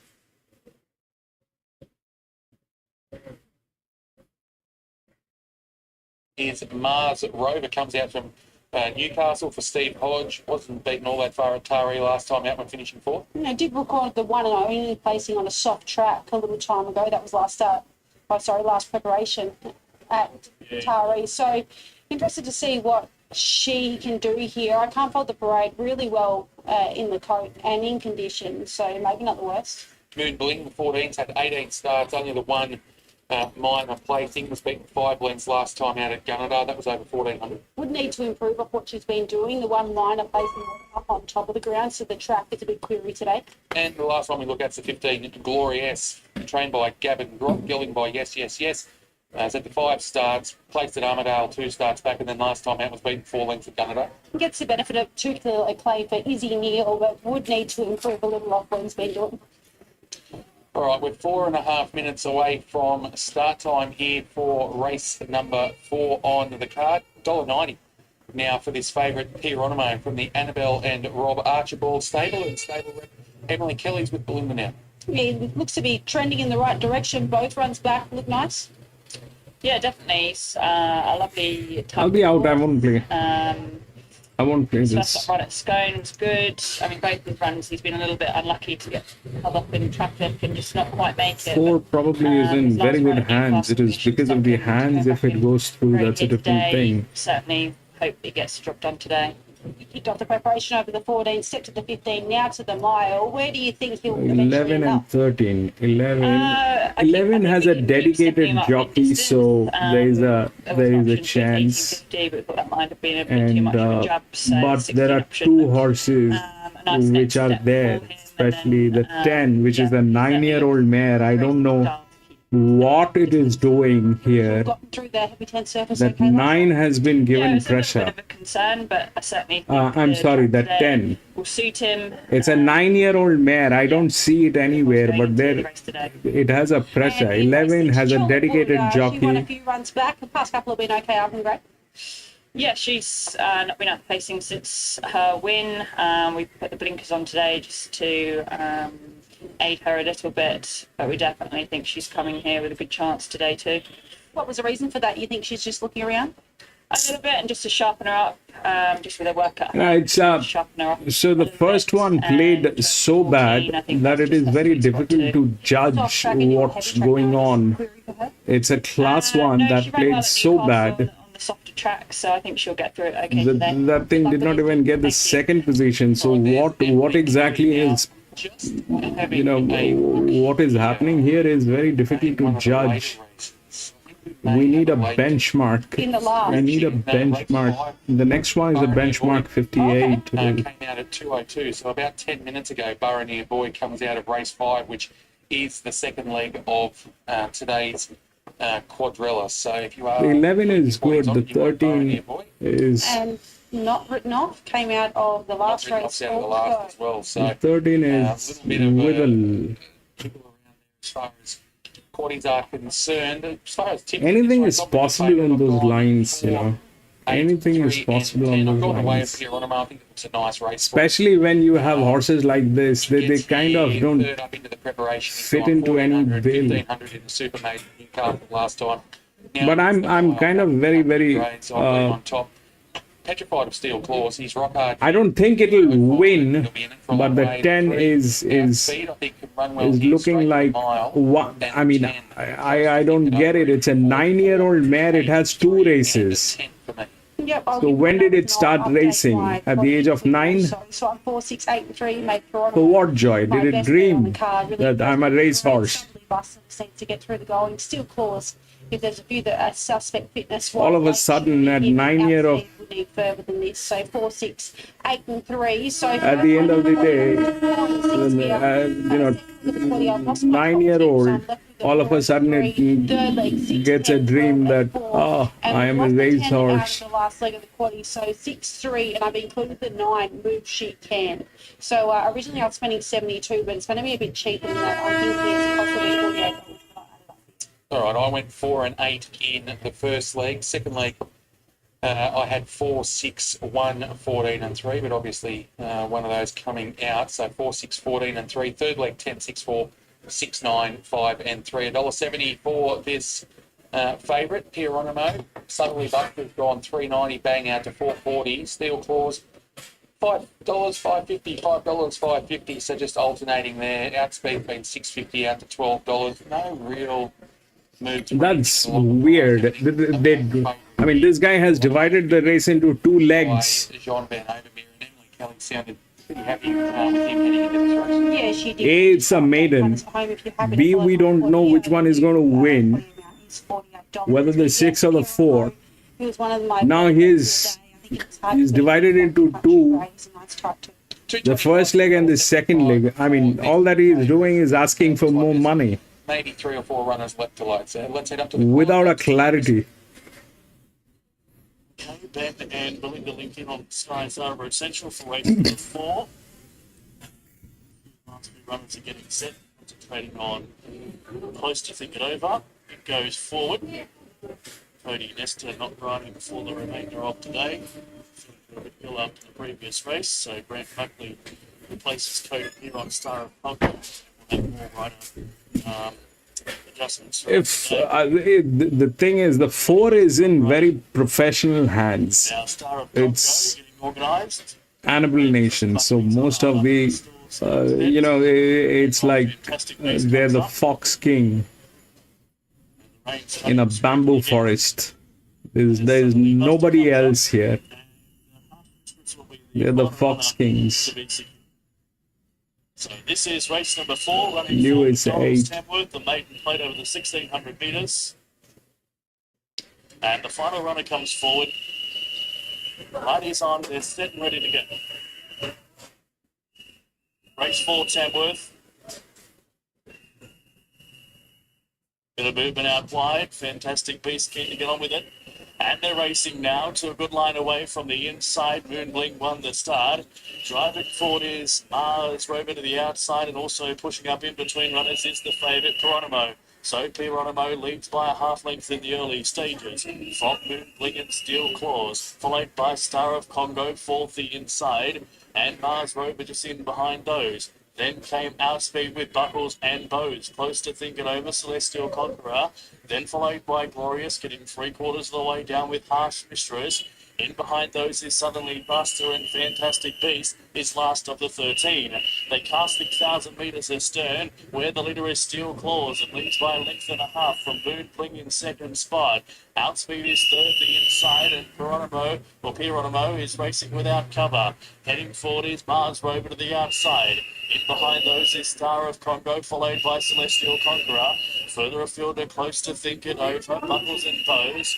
Next is Harsh Mistress, then followed by Glorious with Suddenly Buster and Fantastic Beast at the rear. 500 metres left to travel, and it's Mars Rover that's moved up to this leader, Steel Claws. In behind those is Star of Congo peeling to the outside, then followed by Moon Bling, and Pieronimo heads the remainder. Heads the turn for home at the 350 metres. Moving forward is Star of Congo to the outside to join Steel Claws. Battling away is Moon Bling, thinking on and flying is Suddenly Buster to the outside.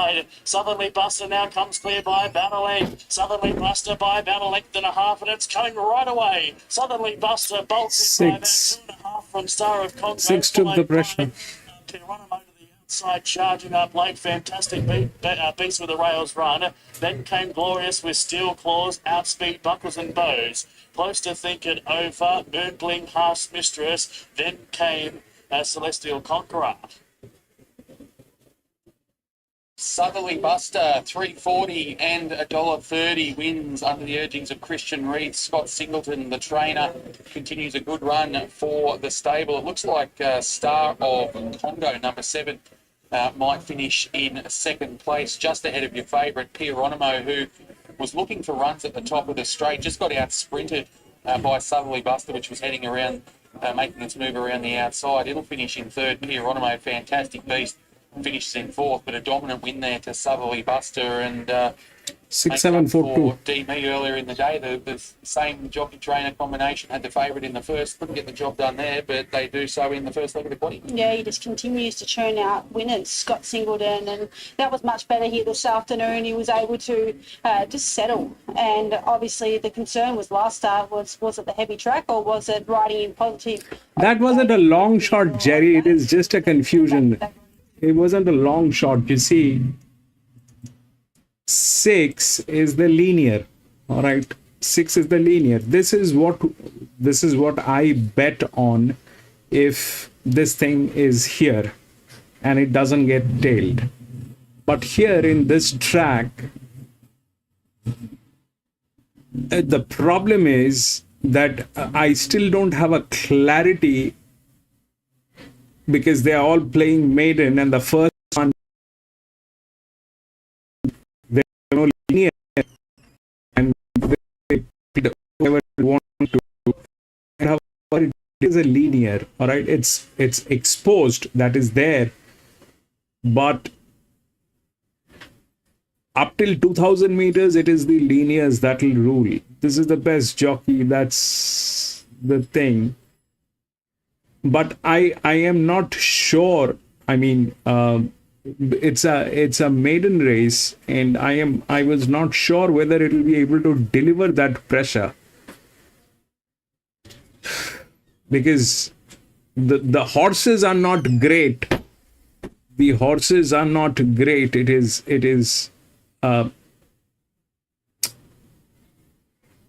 that's the only one which was handicapped. That's the only horse which was handicapped. Rest everything was like that. Now, if you look at the result, that's 6, 7, 4, and 2. So 6, then it came down to 7, which is here. For what joy is something that I don't know, but that was the another drift.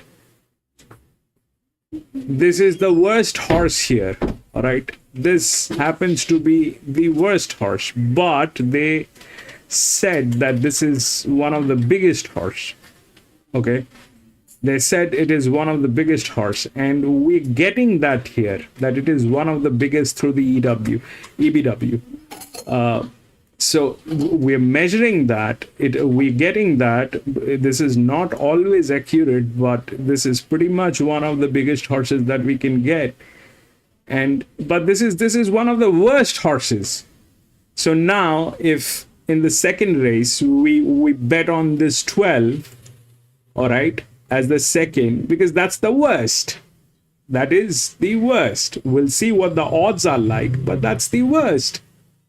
This cannot be, a way of. This cannot be a way of playing. We can take that, then it is 6, 7, 4, and 2. Then 4 came in third, and then the 2, another worst horse which came in. So what is happening? What exactly is happening? And Annabelle Nation, with that kind of management, it did not do anything. So what exactly is the reason they're there? They had advantage. That's a good horse. This is, I understand, but they're making it impossible for anybody to work. We'll see what's the fifth one look like.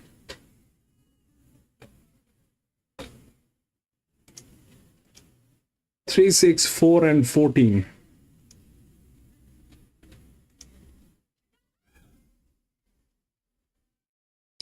Three, 6, 4, and 14.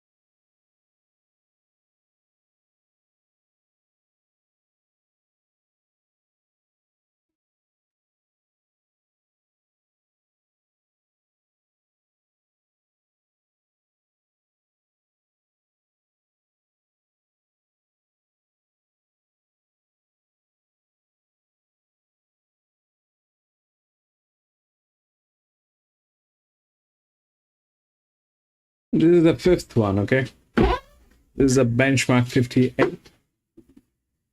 Now, that 3 is the favorite. If you look through the odds, it's 3, 6, 4, and 14.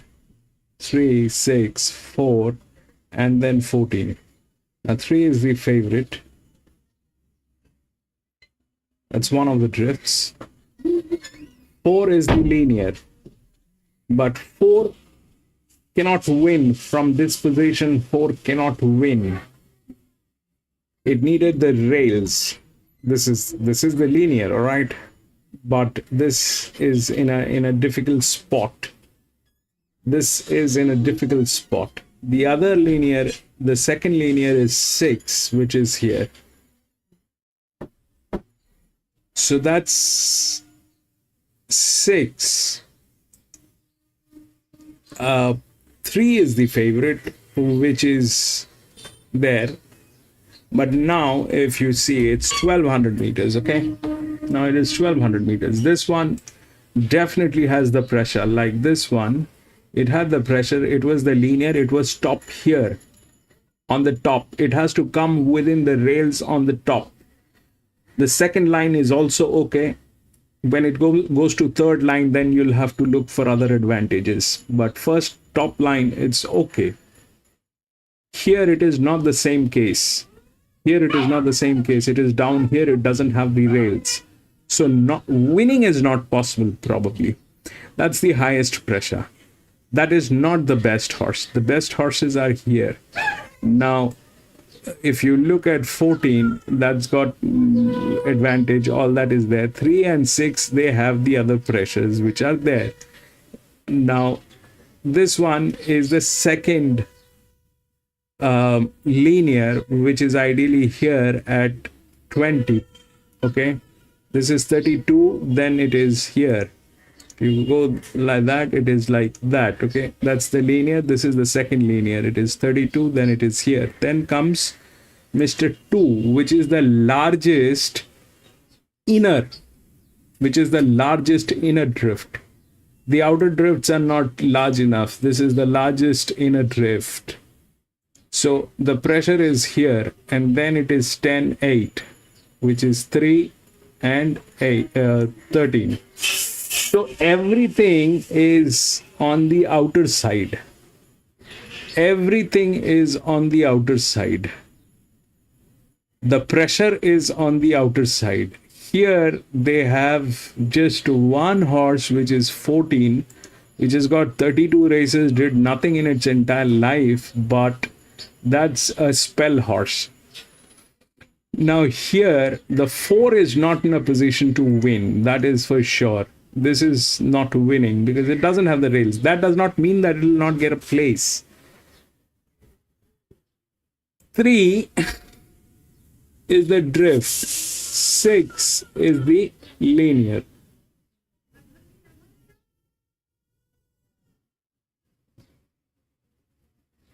This is the jockey. This is a better horse. This is a better horse with less pressure. This is a little wicked horse with more pressure. Then comes this, which is here, which is gate number 13. So game is here. I don't know about 2, what it'll do. It has the rails, but that's like it's got nothing to do. So, and now in between, this one is also within the rails, which is the lowest. Okay, that's the 21, and it is a green line. So that's all that is there. It's in a very good hand. And that's how it looks like, the 9. This cannot win.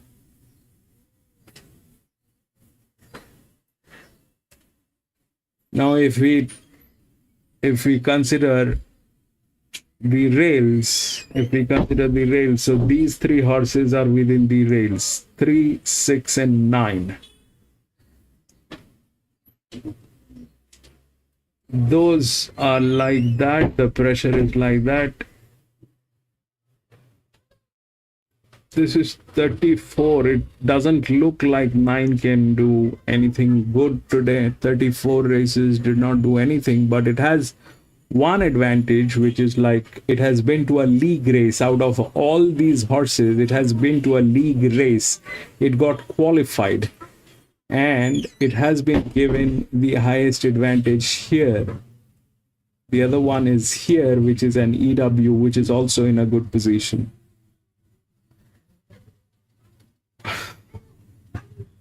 But that's like 27. 4 is not winning. The question is 6-3. 14, 15. 14 or 15. That's the pressure. 1200 meters. So this one went 1200. This is a 1600 meter went with that. That was a linear. That's a different story. Here, this is a linear, which is the 6. This 14. And then 3 is way out. It's 2, 13, 14, 13, 14, 13. This is larger. This is much larger than this one, the 2. So yeah, probably 6. I'm going to go on 6. It could be the 4 is going to get 4 should get in. All right, 4 should get in. 4 should get in no matter where it is. It is not in a winning position, but it should get in the top 3. If that doesn't happen, this horse needs treatment. But here it is well within the rails. We'll take that, and this is the second horse pool. So that's what it is. 15 probably. If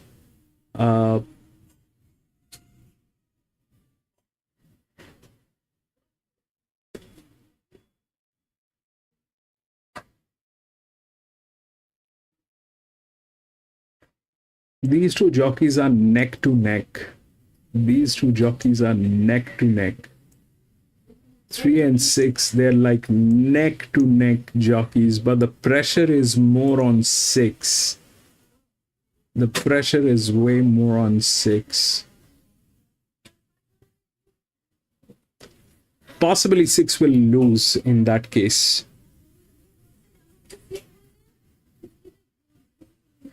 Possibly 6 will. If they are the same jockeys of the same, almost the same thing that they're carrying.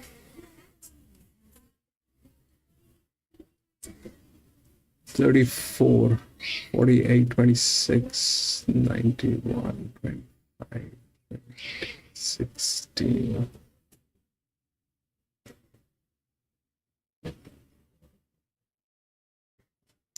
This is appreciation. This is appreciation.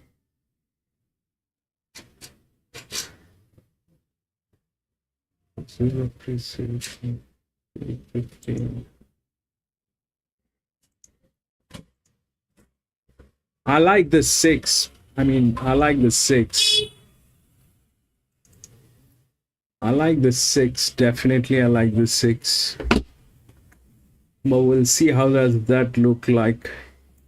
1 and 4 are my numbers, but but the jockey is not the greatest. That's the thing. But there's another 0-2-1 backed. Yeah, well, 5 Desert Star charges 420 into 310, so has been well supported. You're on top selection. The 10 more than a star also attracted good support. $5 into 320. Of the rest, 3 Sharp Dazzlers, $6. No, Araman is not like that, Jerry. Araman is a very nice guy. He probably did not race. $4 all the way out to $11. Araman is a very nice guy. Very similar. $8.50 all the way out to $26. So they know who they like and they know who they don't There's a lot of patience. And more than a star. Pretty close to equal favourites here. They'll be closing on start time. And he is very good. Yeah, Desert Star goes in the Rodney Hay colours. More than the Star goes in the Cabinet colours. Spin Doctor still out of line with Sharp Dazzler. Sharp Dazzler coming. You'll be able to learn about everybody, Jerry. People are generally, Legend. yeah, people are generally very nice here. Doctor to load. It will be set. People are generally very nice here. Sharp Dazzler goes They in. It'll be don't roaring. hide. They don't. I mean, they try to do their best. Everybody is trying to do their best. Here's Spin Doctor. And Looming Legend will be the last to load. If you're watching at home now, Looming Legend in a change of colours. In the all purple cap.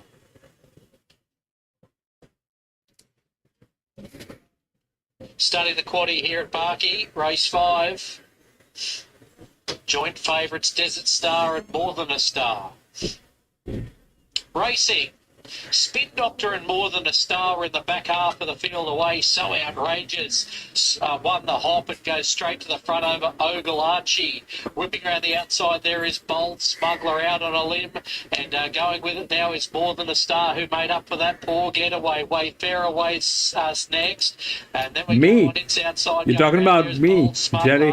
Then we've got Desert Star, Henny Penny's a long way back, Final Mission. A gap further back to Hearsay. A long way back then is Spin Doctor, and last of all is Sharp Dazzler. They're flying down the side. Bold Smuggler gets out in front of Looming Legend. More Than a Star's on the scene too. Desert Star's following it forward, so outrageous. Ogalachi drops right off. And then we've got Hearsay into the straight now, 300 to go. And Bold Smuggler is your leader. More Than a Star's breathing down its neck. And running on now is Looming Legend, and have a look at this from the back running on. Nah, Jerry, I'm a brown ass guy. I'm in India. Smuggler Hearsay is rattling home. More Than the Stars in front, it needs the post. I'm a 47-year-old aging Indian. Hearsay for More Than a Star. Bold Smuggler, Desert Star, Final Mission from the back was good. Then Looming Legend, Sharp Dazzler picked up a few. Wayfarer's Way was in behind them with Ogalachi. Henny Penny, so outrageous. Spin Doctor. Oh, once he saw it coming, the 7 here, safe, full of running, shifted out wide from way back in the field. There was a good strong tempo on, and Hearsay over the top. Corey Bayless for Johnny Manselman. A good, strong, dominant win. 7 Hearsay runs down the 10, More Than a Star, who just was on empty late, was looking for the post. It didn't come quick enough. Hearsay did, though, over the top to win. 1 Bold Smuggler fought on well after leading them up to run third. And the 5 Desert Star, I think, got up to run fourth, was making good ground late. But look at Hearsay, this mare by Star Witness, absolutely dropped on them. It was the 2 Star Witness mares to fight it out. Hearsay and More Than a Star, but it was Hearsay too good. Johnny Manselman across from Mackay, Corey Bayless in the saddle, and Hearsay brings that form from the coast over to Barcaldine, and a good, strong, dominant win. Too good. 7 beats 10, 1 and 5, the numbers to race 5 at Barcaldine. Look, probably had to bustle a little bit early, More Than a Star, but yeah, just on empty a little bit late. Was looking for those favourite gallopers. Desert Star will be better for the run. So here are the problem areas of this one. So you see, if we do that, so 14 is on top, which is there. 25, 3 is the favorite.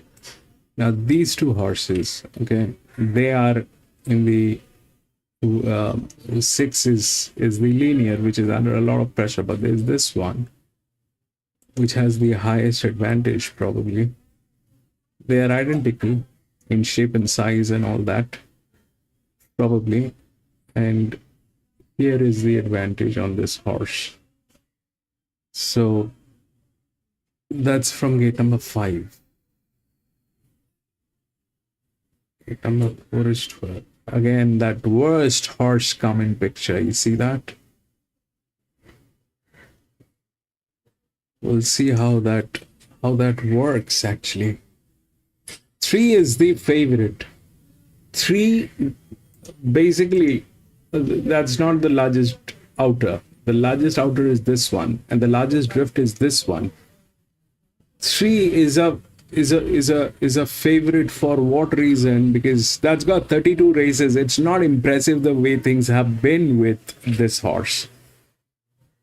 But today it is the favorite and it is well within the rails. So there's definitely physics with it.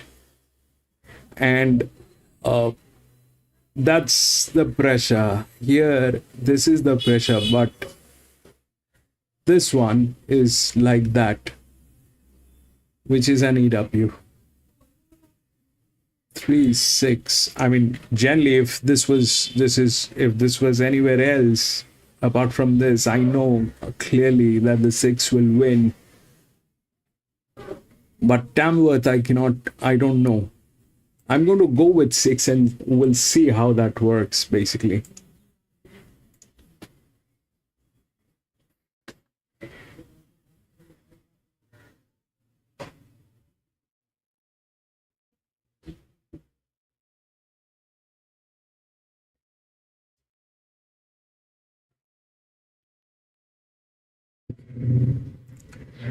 Jerry, the thing is, since you're here, we race 5 days a week, and I think it's the reason I do this is because I'm trying to develop a product. The reason I do this is because I'm trying to develop a product, and I am just recording the entire journey of it. So my thing is, I'm trying to build an application that will help anywhere under the sun to get the winners, no matter which track you're playing. I'm trying to build that, but for that I need the right data, the right lens, the right structure, the right weather condition, everything. That's why I race 5 days a week. But in this process, we have identified a few places that are the best in Australia, hands down, for racing. Not every place is great, like this one is not. So no, not racing tips. It is not going to work as a racing tip. Tip is everybody providing. I mean, you go online, everybody is providing tips. But no, that will not work. So what you see that I'm doing on this spreadsheet is basically the back end of it. All right. So when the application is ready to work, it'll ask you a few questions. If you put in those numbers, it'll give you exactly how it should work and how the bets needs to be. Knowing the numbers and putting the bets are two different things.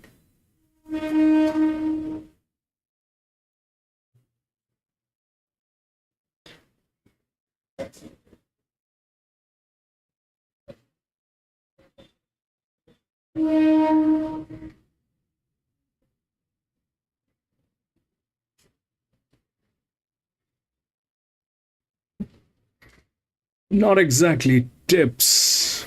Not exactly tips.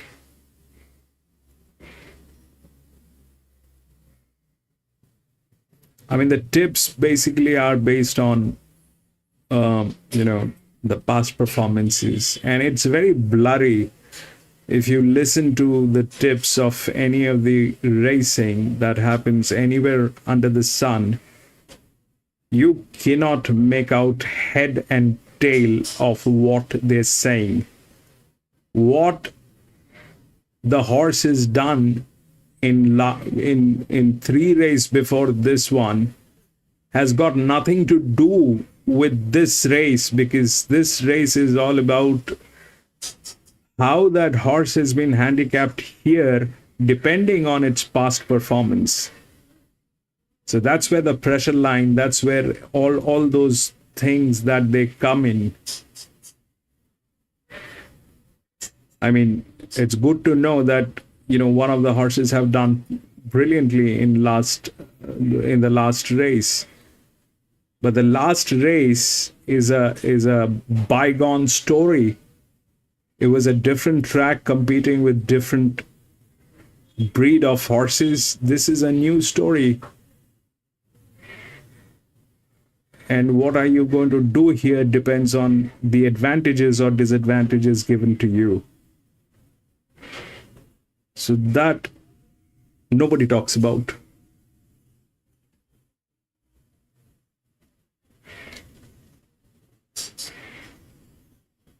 Nobody talks about that. Like done deal. Jake Tracy Holmes aboard for Jacob Perrott. Hasn't raced for over almost 12 months.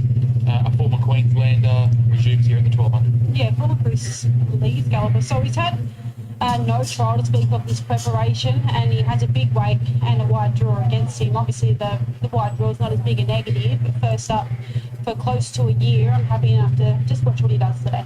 Number 3 is the Climate Control. Jeremy Gask prepares. Grant Buckley is in the saddle.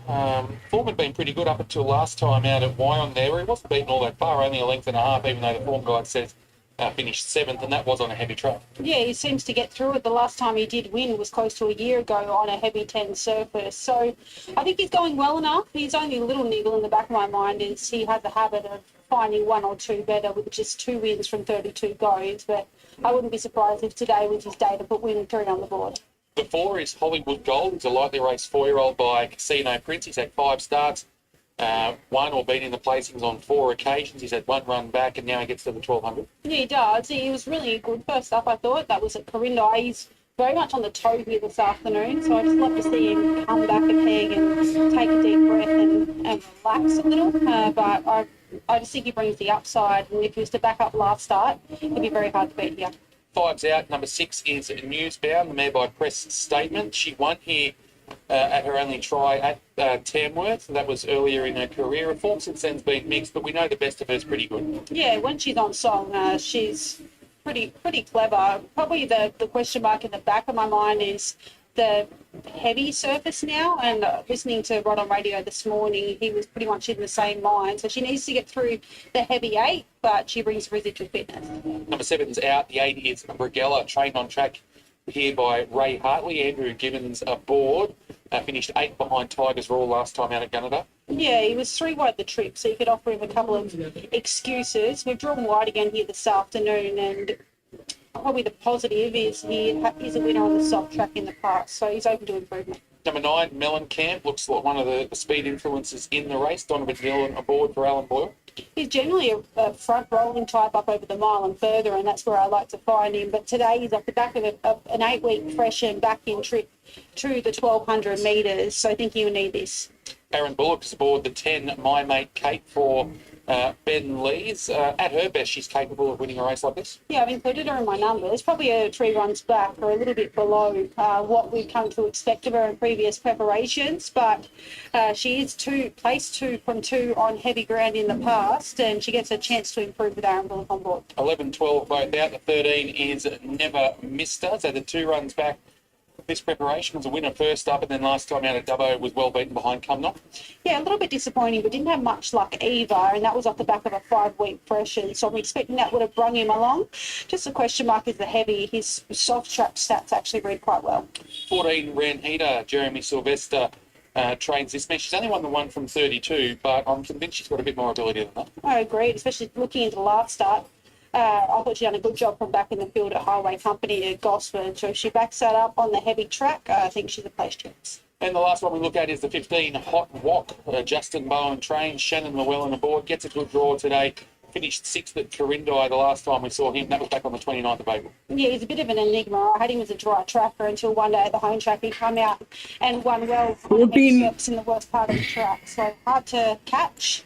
Doesn't have the track record to win. Way out onto the track, heading over to the 1200 metre starting point. Sorry. The question is 3 and 6. The question is 3 and 6. Favourite. We can't go a queen because there's something that will come in between with an advantage. Yeah, I'm not upset about the weather. I can't go queen that we put 3 and 6 is queen, whoever wins. Still the game is mine. That will not happen because that generally doesn't happen. Something else will get in between. Because last time you got back at 1. Yeah, the plan was Especially that 4 is very much there. Then there are other horses that 2 is there.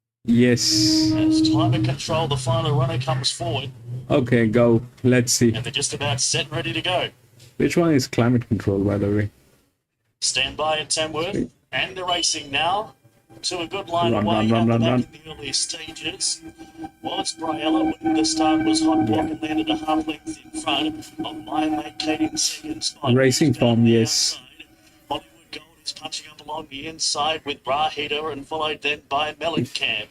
Caught out deep on the track is Climate Control. In behind those is Bri Ella. Ideal Heroes next to last and Never Missed Her at the rear of the field. So they race towards the 600 metres mark where it's Hot Walk that leads away by a half length. My mate Kate in second spot. Hollywood Gold is leaders back third. Newsbound is one out, one back. Followed by Mellencamp to the outside, working home okay. Climate 15 is the EW with the highest advantage running. Further afield than to Briella with Never Missed Her and Ideal Hero. Heads a turn for home. About 300 metres left to travel. Moving up now towards the inside. Hot Walk maintains the lead. Newsbound's not too far away. And then followed by Mellencamp to the outside of the track. So they're coming down to about 150 left to travel. Newsbound leads the way out wide on the track. Burning up underneath it goes My Mate Kate. It's a photo finish. Newsbound and My Mate Kate, followed by Mellencamp in behind those 6. with Hollywood Gold, then followed by Hot Walk. Next home was Never Missed Her, and then followed by Briella with Mellencamp, Rahita, Ideal Hero, and Climate Control never got into it. Times to come. Newsbound, under the urgings of Lachelle Small, looks to have got there down the outside, wearing down My Mate Kate, which was 6 coming, yes. set up on speed outside the leader. Newsbound had its back throughout the run. And once again, we had some concerns about Newsbound on the heavy surface, but she's really ploughed through it there over the concluding stages. The numbers will read 6, 10, 9 and 15. Mellencamp in third and 6, 10, 9 and 15. In fourth spot. Yes, 6 and 10. I'll show you what happened.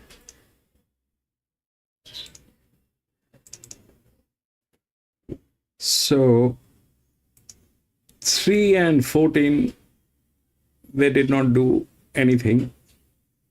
6 was the linear within the rails with the pressure. 9, I had a feeling I kind of made it a red because that's that. We look at 10 and the other one is what? 6, 10, 9 and 15. So it's very surprising that the 4 also did not get there. So the 9, the 10 is again, this is how they played. So you see that the 4 and the 6, okay. This one was within rails, so this is something that I understand. This is difficult to get there. That also I understand. The 2 was the outer. The 2 was the inner drift, which did not do anything. Probably because of the disbalance on the jockey. Because this is one of the worst jockeys. Okay, that's one of the worst jockeys. So that did not do anything.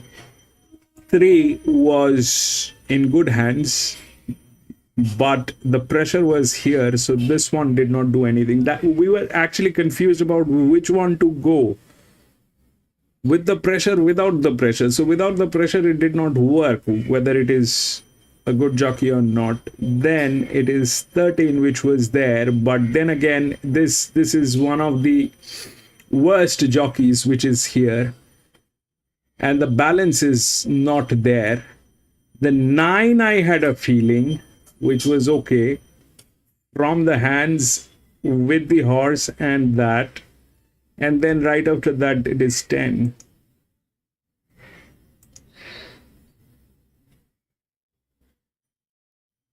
So that is where it played. So it is basically these jockeys were disbalanced. And it is, I mean, that's the data that we have. There is no other explanation. So 4 definitely had one of the worst jockeys. I mean, I'm not saying worst jockey as in this guy never wins races. I'm not saying that. This might be a very good jockey, but today the advantage on this jockeys are like that. It is not the greatest thing to have. You need to have them in these colors. The smallest is the best, all right? That's the best. And that's where they come in.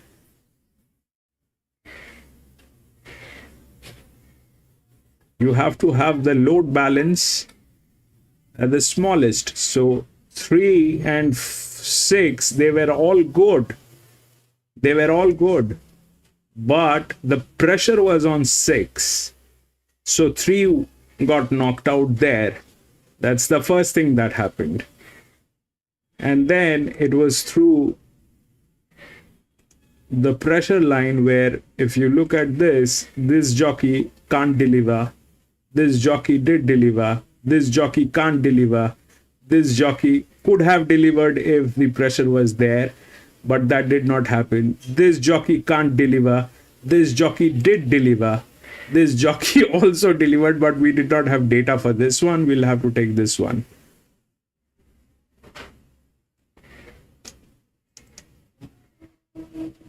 It's like that.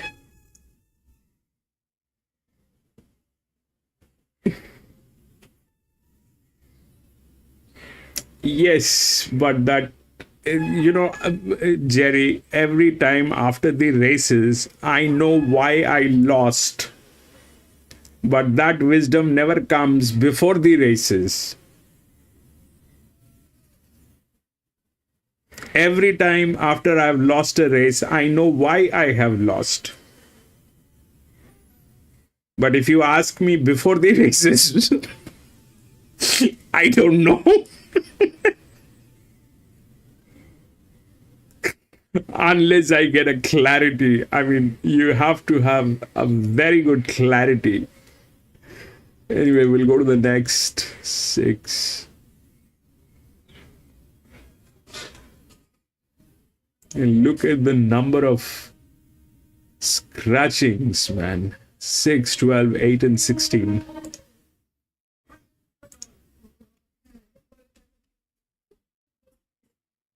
Six, 12, 8, and 16.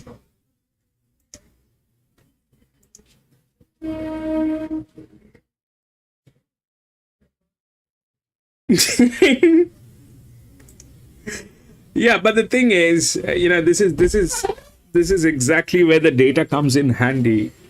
I mean, if I'm not able to identify the reason I've lost, it'll be very difficult for me to win the next one. I can make the mistake, and I'm ready to make a new mistake every time, but the thing is, you cannot make the same mistake every time. Making the same mistake every time just is not acceptable. So what the data does is basically it gives you the mistakes that you have made. So we know what happened. We have the data. We can see this is what happened. This jockey did not deliver. This jockey delivered. So we know that and how it worked. So we're not going to make that same mistake again. We'll have to take a note of that and note of the track and the condition of the track.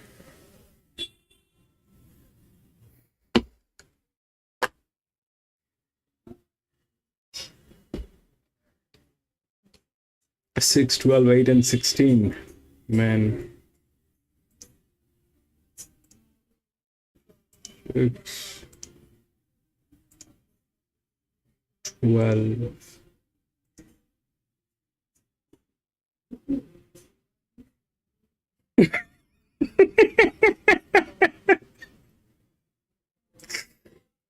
No, Lee, the thing is, I mean, the best thing to do, Lee, is like what many of us, we do that. We wait for the right opening. We don't get the right opening, we don't go with it. There's no hard and fast rule that you have to put money on each and every race. Don't do that. Sit back, relax, get a drink, enjoy yourself, and take notes. You know how many times the tailed horses do not work. I have been doing that rigorously. The horses are getting tailed, I stay out. If there are other situations, I stay out. So, the more you play, you will have better acumen of this. The more you play. But playing doesn't mean that each and every race you have to put in your money. Stay out of it. Take the note. If you had made a pick and it did not come in, why it did not come in is something that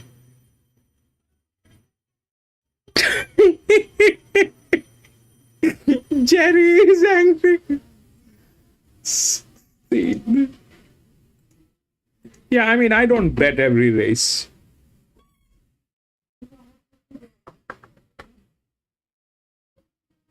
You will not win if you don't play. Yes, but you will not win in case you don't have the conviction or the races are the race is not the right race. I stay out. I mean, you will see me often staying out. I don't play. I just stay out. I mention it here that I'm out. I'm not going to put in money. See? I mention. Why I mention? Because I don't have a clarity.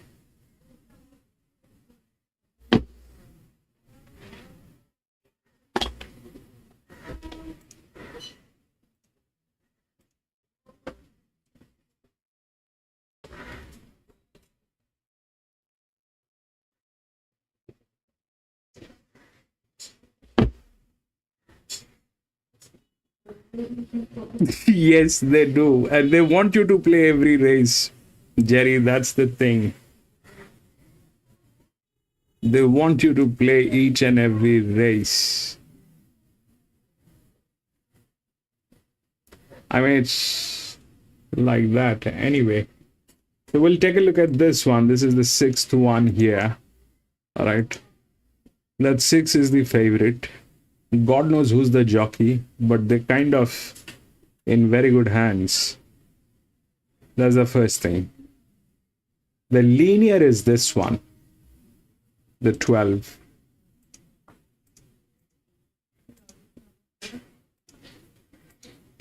Okay, that's a 570. That's one of the best jockeys. This is one of the best jockeys. That's the jockey.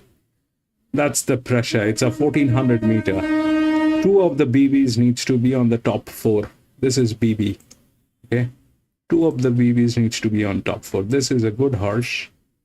And then this one is around the same EW. It's 21 races. That's how it plays. Okay. That 6 is the favorite. It is 14, which is a neutral outside of the rails. Now we take a look at the drift. This one is within the rails. This one is within the rails. I don't know what it will do. Because the moment they are within the rails, this is where they go nuts. So the other one is here, which is a 9-year-old gelding. Not happening. This is an EW.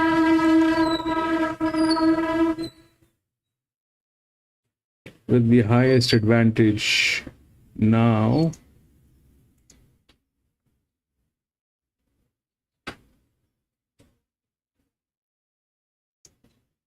$96. So you see this. Now this is where the balance of the jockey, all right? This is where the balance of the jockey. Balance is in like there's always 2 sides of a coin. This is the pressure line. This is the advantage line. So this is the linear. There are two jockeys in play. This one is neutral. This one we know. Then one of the neutral actually won. And this is how it looks like. So I'm going to go with 12 in this case. There's no other thoughts. That's 12 possibilities that might happen. So there's something.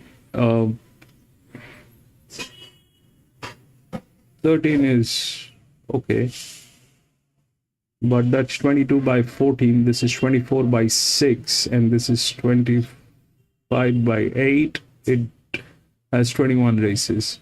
So this is difficult to knock. But here, one of these two, this is the highest advantage. This is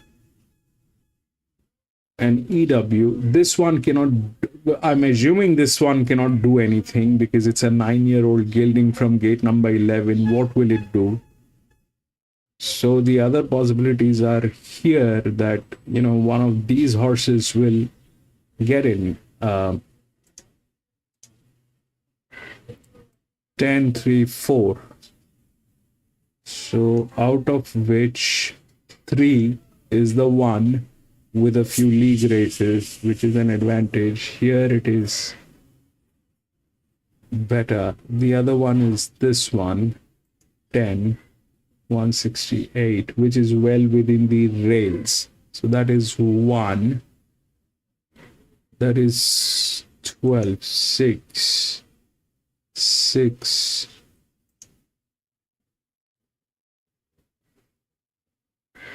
3, 5. 1,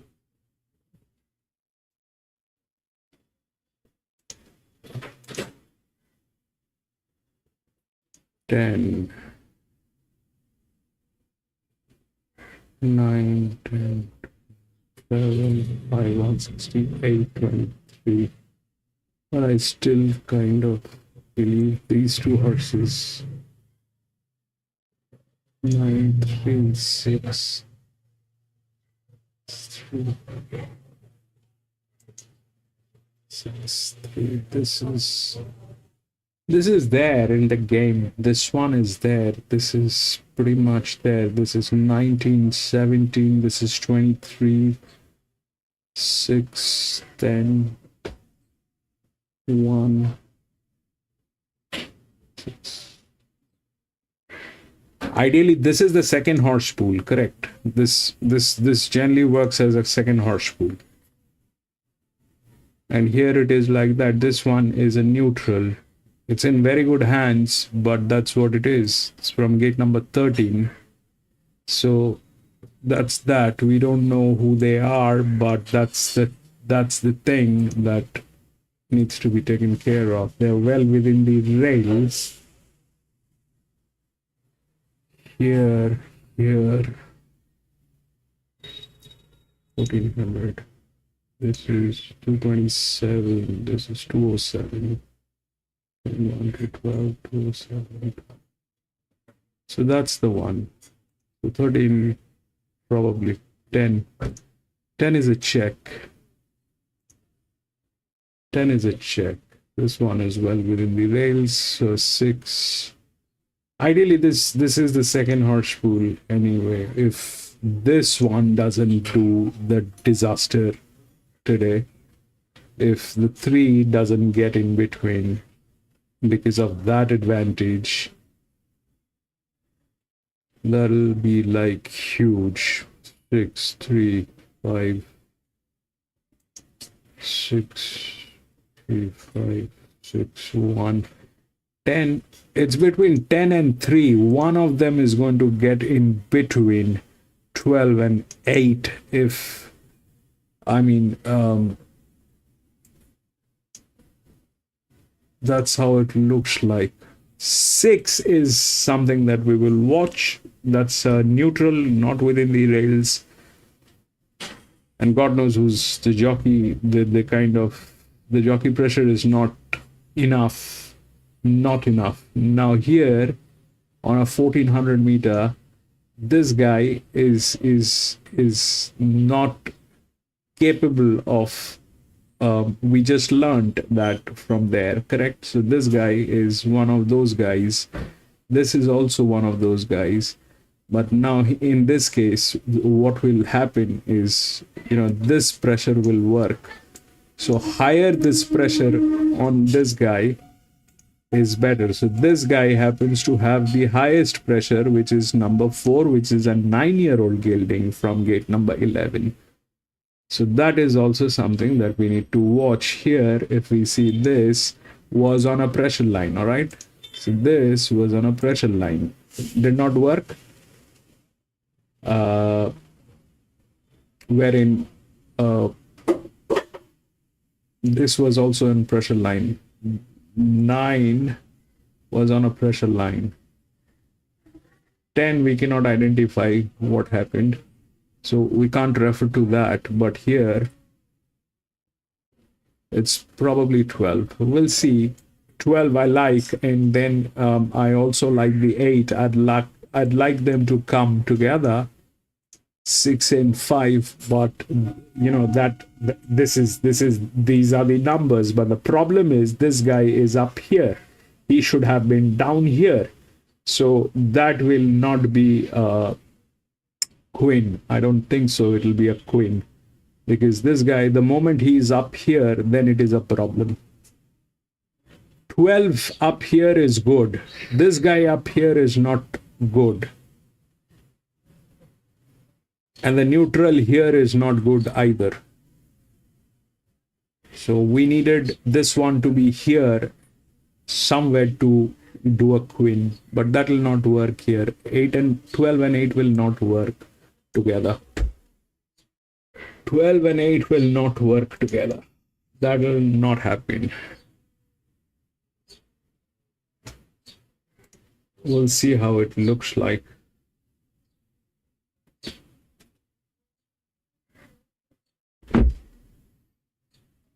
I like the 12. We'll see if the 12 is in a position to deliver.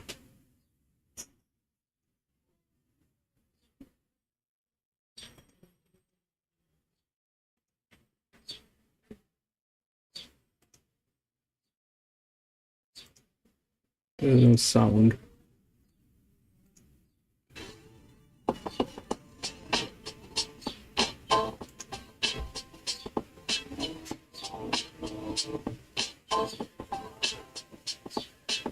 You've been out here quite a few times now. It's almost muscle memory for you now, isn't it? Yeah, it's getting that way. Spent a lot of time showering at Canterbury for quarantine.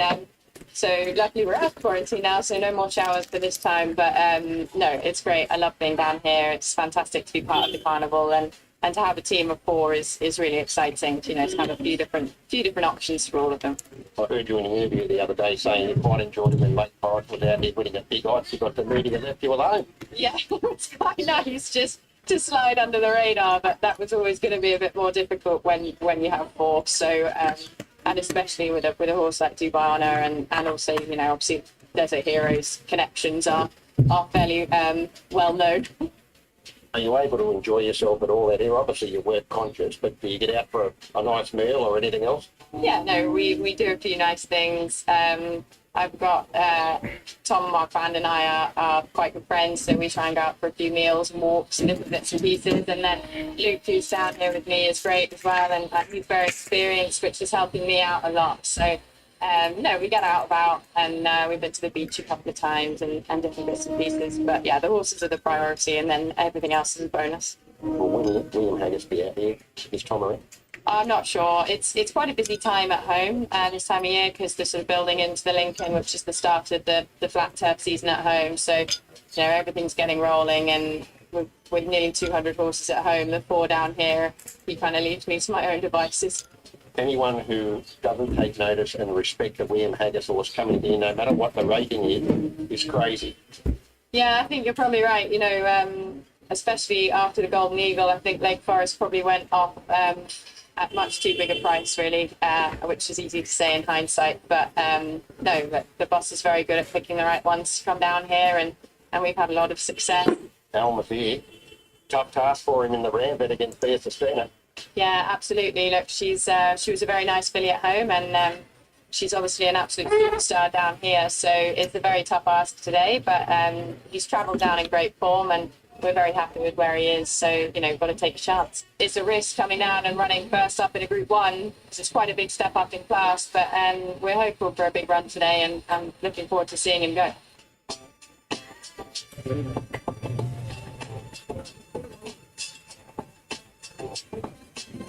It's always nerve-wracking. This bit's always a bit scary, but no, I'm really happy with him. He's been nice and relaxed. Got a little bit warm beforehand, but it's quite a warm day and the sun's just come out. So these things tend to happen, and hopefully he'll run a nice race. Bear Sustainer, very short odds, obviously, but your horse at similar odds to the rest of them. Respect for the Haggis calibre. They won't take any chances at bookmaking. No, I think they probably got a little bit stung after Lake Forest. So I can't blame them for not taking any chances. And Alma Beer, William Haggis with an outstanding record in Sydney, particularly in partnership with Tom Marquand. And Alma Beer is the second last to move in, and Lindemann with Damien Lane in the saddle is the last to go forward. Locked and loaded, the first of 5 Group 1s, and the starter says go in the Randwick Stakes, and then jumping well towards the inside, Full Count Felicia, Golden Path away well, Lindemann away well. Their Sustainer just flops in behind them, and so does horses wide now, 2 horses bright. Lindemann in second position, and Veer Sustainer inching a bit closer on the inside of Golden Path. Alma Veer ridden with restraint, and Faulkner Park is happy to sit back last of all. At the 450, leads the way from Lindemann, and now McDonald peels 3 wide on Veer Sustainer. Into the straight now. Lindemann got the better of Full Count Felicia, but here comes Veer Sustainer, roping in Lindemann. Faulkner Park going to third, but Veer Sustainer rests the lead now from Lindemann. Inside the 150, Faulkner Park goes to third, but Veer Sustainer celebrating her anniversary with 7 Group 1s in Australia. The greatest in the land, Veer Sustainer, won it by 2 lengths to Lindemann. Faulkner Park at odds runs third, and Full Count Felicia and needed the Australian hit out fourth. A gap to Golden Path, and Alma Beer was last in. Yeah, just did too much on the way around. I thought sort of early running, it had gone smooth, albeit we weren't going quick. We just never let go and didn't really give him a chance to finish. Did he ball? What do you make of the run? He's pulled pretty hard on the way around. He's not given Tom an easy time of it at all, and he's not done himself any favours in doing so. So it's is what it is. We'll get him home, make sure he's okay, and make a plan from there. So you don't take all negatives out of there. You look for a positive. Yeah, of course. You have to find what works for horses, and you can. I'm just watching the replay up there, and you can just see him. He's just on Tom the whole way around. So hopefully, maybe stepping back to a mile might be the answer. But yeah, we'll see how he is and take it from there.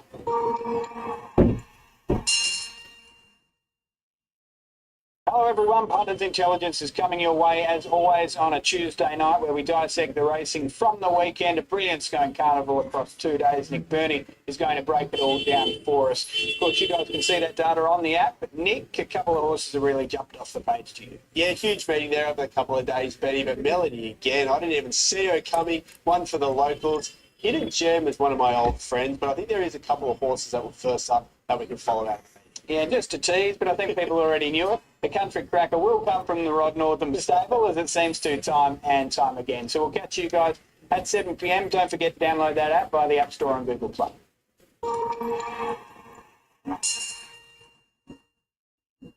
Tamworth, 1,400 metres the journey for this benchmark 58. Not in doubt is the favourite at $2.30. We've got 12 Tulip Wood at $3.40.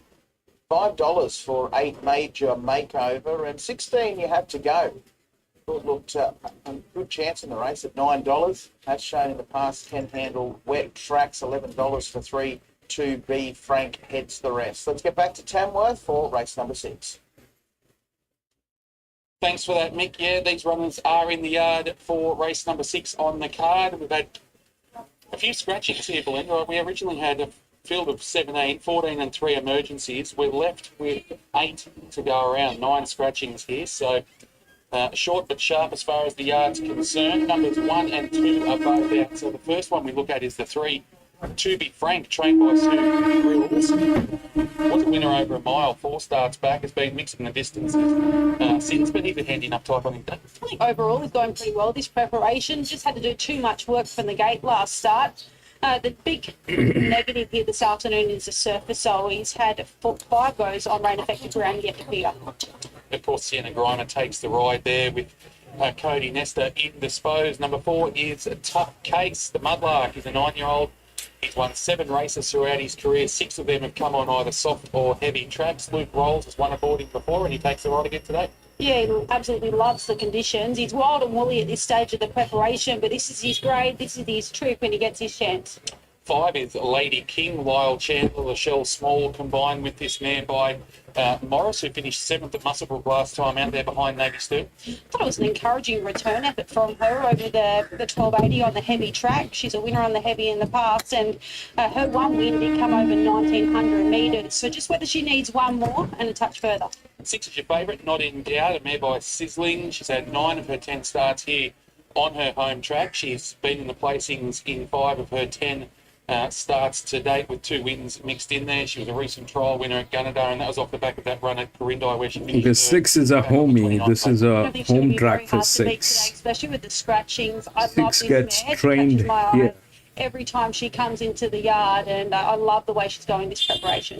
7's out. Number 8 is Major Makeover, prepared by Craig Clegg. Has had the 2 runs this preparation for a second at Armadale and then a win here last time out over the 1400 metres. That was in Class 1 company, beating Antilla Capra on that occasion. Michaela Weir's aboard today. Thanks, Ben. My Timu gloves are stitching me up. Honestly, he surprised me how well he ran on the heavy 9 surface first up, because I tipped him last preparation on the worst side of the soft, and he was really disappointing, but I think he's definitely come up back a better galloper. He's shown us that by winning last start. He can take really good confidence from that, because he's been a fair while out of the winning circle. The 10 is Smashing Dancer, a 4-year-old by Dave Smash. Kim War prepares over at Wyong. Shannon Llewellyn takes the rides, had 3 runs back this preparation. She has, and I don't think she was afforded much luck from an awkward barrier last start. So she's drawn better. I think she won't be necessarily wanting to be on the fence, but good little apprentice on board. She looks in tip-top order, and the step back to country grade only looks to a benefit. Number 11's out. 12 is Tulipwood. JVO and Annabelle and Rob Archibald combine here with this Billy, who's been a model of consistency. She was a winner at Dubbo 4 starts back, and the 3 runs since she's been in the places. The 3 horses soon's been a little bit cheeky there. Yeah, Tulipwood. You're right. She is a model of consistency. She's been racing consistently well since breaking the maiden. She's really rock hard fit at this stage, and no concerns with the heavy trap. She's a definite place chance with the blinkers going on. 13, 14, 15 all out. The last one we look at is number 16. You Have to Go. Peter Bloomfield is your trainer. Donovan Dillon's aboard. He's only won the 1 from 21, this horse, but he's a bit of an enigma, because he was a cheeky bugger early in his career. He seems to have settled down a bit. He's got ability, but he just needs the right conditions to show it. He probably gets that today, because his best performances have all come on rain-affected surfaces. I agree with you. I often include him in my quaddie for that reason. Probably he's very hit and miss, but I'm confident he's capable of winning a couple more races. All right, and the 17 bull-headed, of course, was a scratching. So they're about to make their way out onto the track here for the 6th event on the card, the penultimate. Of course, 7 races set down here at Tamworth today. And if you're just joining us, race number 1 was taken out by Wolf Club, Matt Griffith and Aaron Bullock combining. The second was won by Celestial. First up in Australia for Lyle Chandler and Donovan Dillon off a long break. Race 3, Desert Cougar was victorious. Todd Payne and Luke Rolls combining. Race 4, Southerly Buster was won for Scott Singleton and Christian Reith. And the previous event, race 5, was won by Newsbound, Rod Northam and Lachelle Small. So 220, this favourite now, which is Not in Doubt for Cody Morgan, who's making his way over to have a chat with Belinda. You've got $3.10 for Tulipwood, $6 Major Makeover, $9 You Have to Go, Chippy Franks 15, Smashing Dancer 18, Tough Case 23, and $31 for the 5. I can hear Cody over there with Belinda. He's the trainer of the favourites, and here they are. Yes, not in doubt. Oh, she takes my breath away every time she walks in the yard, this girl. She's only lightly framed, but she's so well put together and going well this prep. She looks really well here today. The gait may be a bit tricky, and she's got enough weight, but yeah, we give her a trial there last week, trialled up really well, and just want to see her put it all together. She obviously ticked the soft 6 box last start there at Corindi. What do you make of her on the heavy? I think she'll handle it. Yeah, nice and fit. She's fitter than when she went to Corindi. It was a day when you had to be over on the inside. She just caught on a limb from an awkward gate. So we'll just leave it to Aaron. I would have just liked to have just drawn it a little bit better here today. Where do you envision her ideally getting from that gate? She's tricky. I never give Aaron instructions anyway, but she could be leading or she could be last. She's only going to be 4 pairs off them, sort of thing, and blending into the middle of the track. But I'll just say to Aaron, just see how she jumps. She had one go up to 1400 last preparation. She didn't disgrace herself. What do you make of it? Didn't disgrace, but she didn't tick the box either. So yeah, it's all up to her today. Are you confident? Not beaming with confidence. The house, I thought, unbiasedly, I thought she paraded outstanding, and look, she looked the winner in the yard. So she's got to go out there and do it. Good luck. Thank you. All right, there's Cody Morgan talking to us about the chances of his runner here. Of course, the favourite, not in doubt. Now a $2.10 chance, and she's an interesting one because she is a lovely type. 10 starts in her career, 9 starts here on the home track. That run at Corindi last time, the first time she's left Tamworth under rates conditions. She comes back to the home track here today, and she did look a picture in the yard. And of course, she's had 4 goes on soft ground yet to finish out of the top 3. Just hasn't been on a heavy, but Cody didn't seem too perturbed by that. I've gone 10, 6, 4 and 8 here. I thought Smashing Dancer was good value around that $17 price on an each-way basis to run at Newcastle last time out. Had plenty of merit, tracked 3 and 4 wide throughout over the 1400 on a heavy track, and was beaten less than 3 lengths there. Drops back to country grade today, gets an inside draw. She's just going to need a bit of luck to get off the fence at the right time, but I think she's going along well and should be approaching peak fitness 4th run back. I'll put the 6 in for second. Cody's runner there, not in doubt. She's a lovely type, gets Aaron Bullock aboard. The barrier, I know Cody was a bit concerned about it, but he'd rather 8 of 8 than 14 of 14, which is what it had the potential to be. The 4 in for third, which is Tough Case, loves wet tracks, goes around over the odds, and the 8 in for 4th, which is Major Makeovers, racing so well this preparation with that win at Tamworth here last time out off that placing at Armadale. First up, 10, 6, 4 and 8. Yeah, I'm with not in doubt. I'm just a fan of hers, always have been. So they're talking about that 10. That she needed time to strengthen. Cody's given her that. She's been racing well without luck this preparation. 4 is the 9-year-old gelding. Touch a lot from the gate, but I think the track in the heavy 8 doesn't make that so imperative. We've got a smaller field here, and I think she gets a chance to put another win on the board here this afternoon. From the 10, Smashing Dancer, I'm with you, Ben. I think she's over the odds. She was unlucky last start. She's back to country grade. This is possibly the easiest race she's kept and tested in a good while. The 12, Tulip Wood, is rock hard fit, racing consistently well. And the 4, Tough Case, he's just an absolute mudlark and always goes around over the odds. 6, 10, 12 and 4. All right, into $1.95 now, this favourite. So you were shopping from 2.10 there when you were doing that interview with Cody Morgan, now into $1.95. And as a result, the Archibald runner, Tulip Wood, which this morning there was only 10 cents separating them in the market, $3.50 compared to $3.60 after scratchings. Well, not in doubt's been $3.50 into $1.90. Tulip Wood's been $3.60 out to $4.80. Major Makeover, $7 this morning, did get into $5.50, now $6. You Have to Go has been pretty consistent around that $8.50, $9 mark for a little while now, and the rest of them basically on the drift, with the exception of Tough Case, who you can understand a bit of support, 26 into 21, given his record on rain-affected surfaces. Yeah, he loves it. He's a bit wild and woolly at this stage. Obviously, he's been getting nice and cool there at Cessnock, but his wet track stats are just completely superior to what he shows on the good. I think it's 28 goes for 2 wins and 11 placings at the soft, and 17 goes on a heavy for 4 wins and 7 placings. So he loves the conditions, and Luke Rolls knows him well. All right, a couple left to load here for race number 6. We'll head up to the course while he's there. Thank you to Ben and Belinda. Red lights are on. Not in doubt, the favourite, the last one to go forward. Starter comes down front and climbs his rostrum. They're set and ready to go for race number 6. Stand by.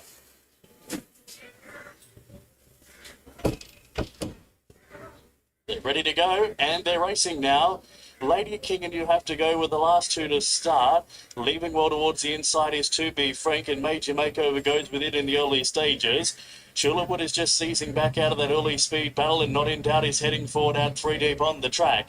Smashing Dancer gets about midfield now with Tough Case. A length and a half to You Have to Go, and 2 lengths at the rear of the field is Lady King. They've got 1,000 metres left to go, and Major Makeover leads away by about a half a length. From Not in Doubt, the favourite, hot on the outside of the leader. To Be Frank is leader's back third, and Tulipwood is fourth the inside. Smashing Dancer is next, and followed by Tough Case with You Have to Go, and Lady King is at the rear of the field. 700 metres left to travel, and still on top is Major Makeover. Still leads by about a half a length from Not in Doubt in second spot.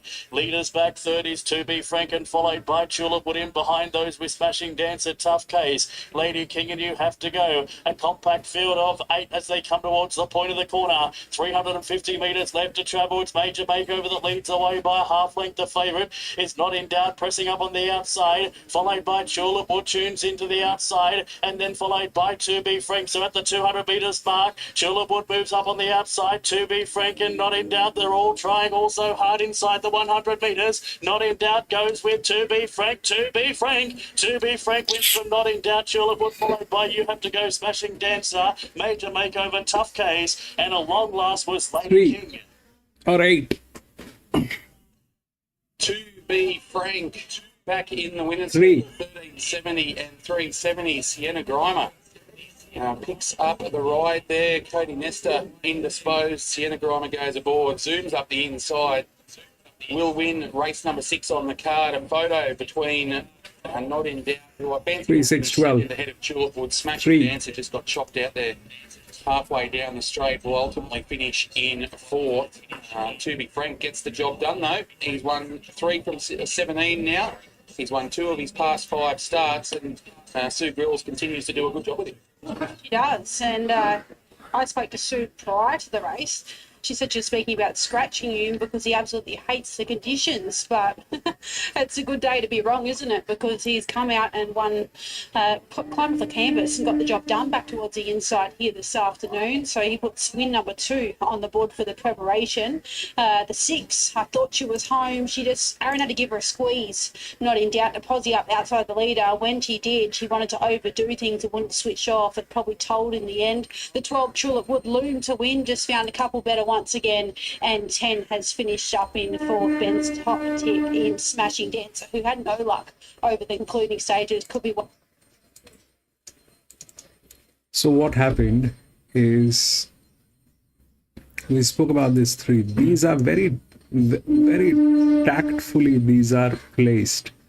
That's the one with the highest advantage with 2 league races, and that's been put as the EW with that advantage on the weight that it is carrying.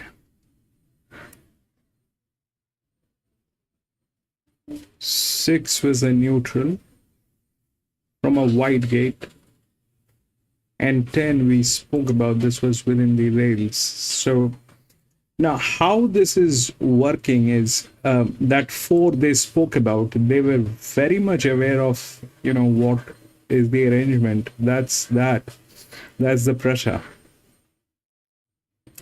This jockey cannot be like this. This jockey cannot be like here. This jockey, you cannot put a linear pressure on this jockey. This jockey has to be relaxed. This jockey, I mean,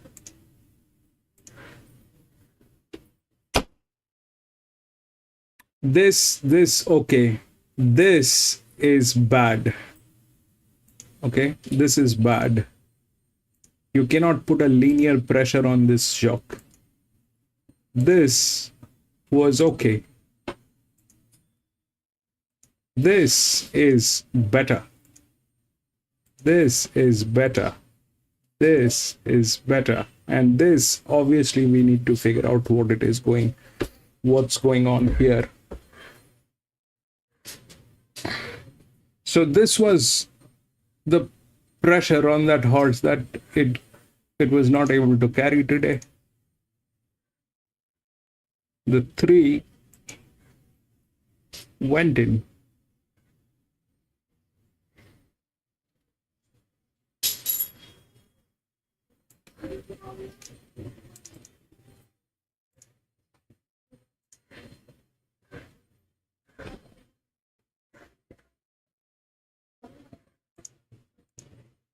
Six, 9, 3, 7.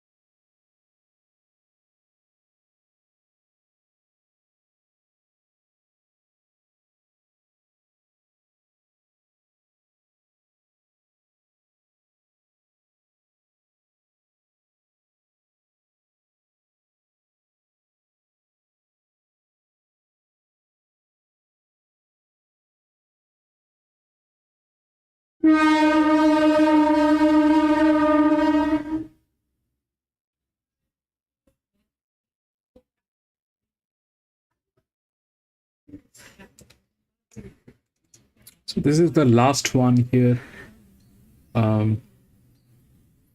at Tamworth. If you look through the odds, it's 6937. If you look through the rails, that 6 comes on top. Okay, that 6 has physics on both sides. Rails comes from gate number 1. It's the second linear. The linear is actually 9, which is here. It's going to be difficult for this one to climb, especially because it is 28 by 38, and here we have a 28 by 18 and 31 by 20. There's a 32 by 6. This probably is not the thing, but this anyway is the largest drift. There's another one here, which is the 7 that they have. So that's there, but there is this jockey, which is one of the best jockeys with the linear pressure on this. The highest pressure is on this one, the 6, which is a neutral jockey, but let's give it a thing that'll happen. So that's 9, which is down there. It's got the jockey, but here it's one of the best jockeys, which is here on this guy. So 5 is a check. It's 1, 6, 5. Okay.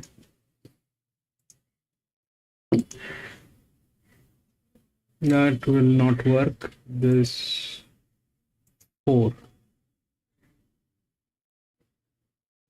23 by 5.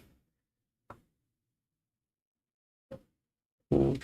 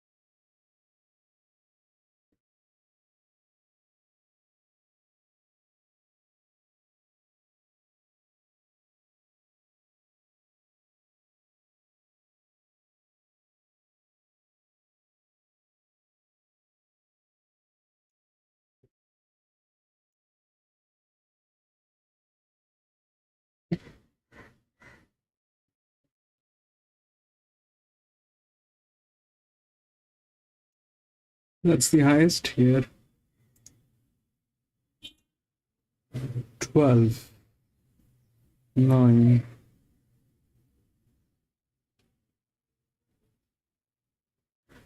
Six is here. 6.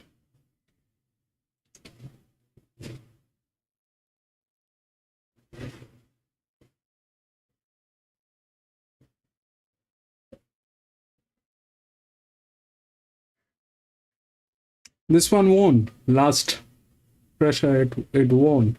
That was an EW. It just did what it had to do. Here,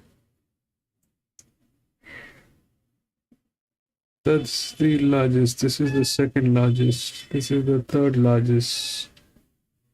7. 7 is ideally they've got the right one, but how will it work?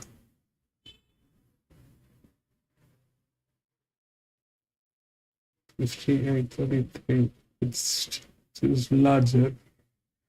This is better. 15, 23. Lead. No lead. 17. This is 35 to 219. Okay. 88, 9 times 3.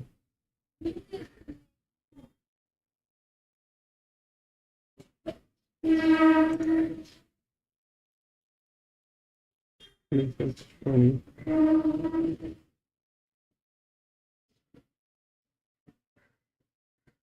13. 7. 9.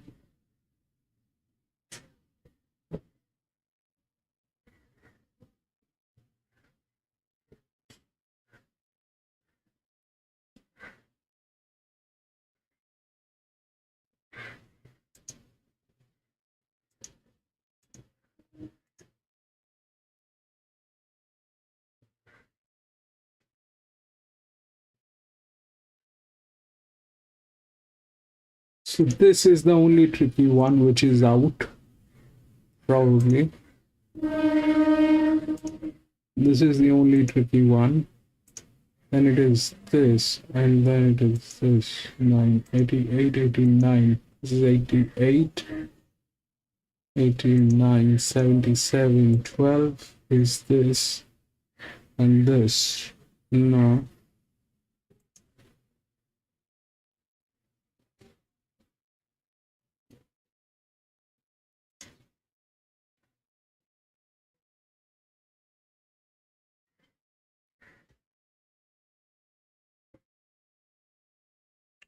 So yes, the 5 is in between. 6, 5, 9.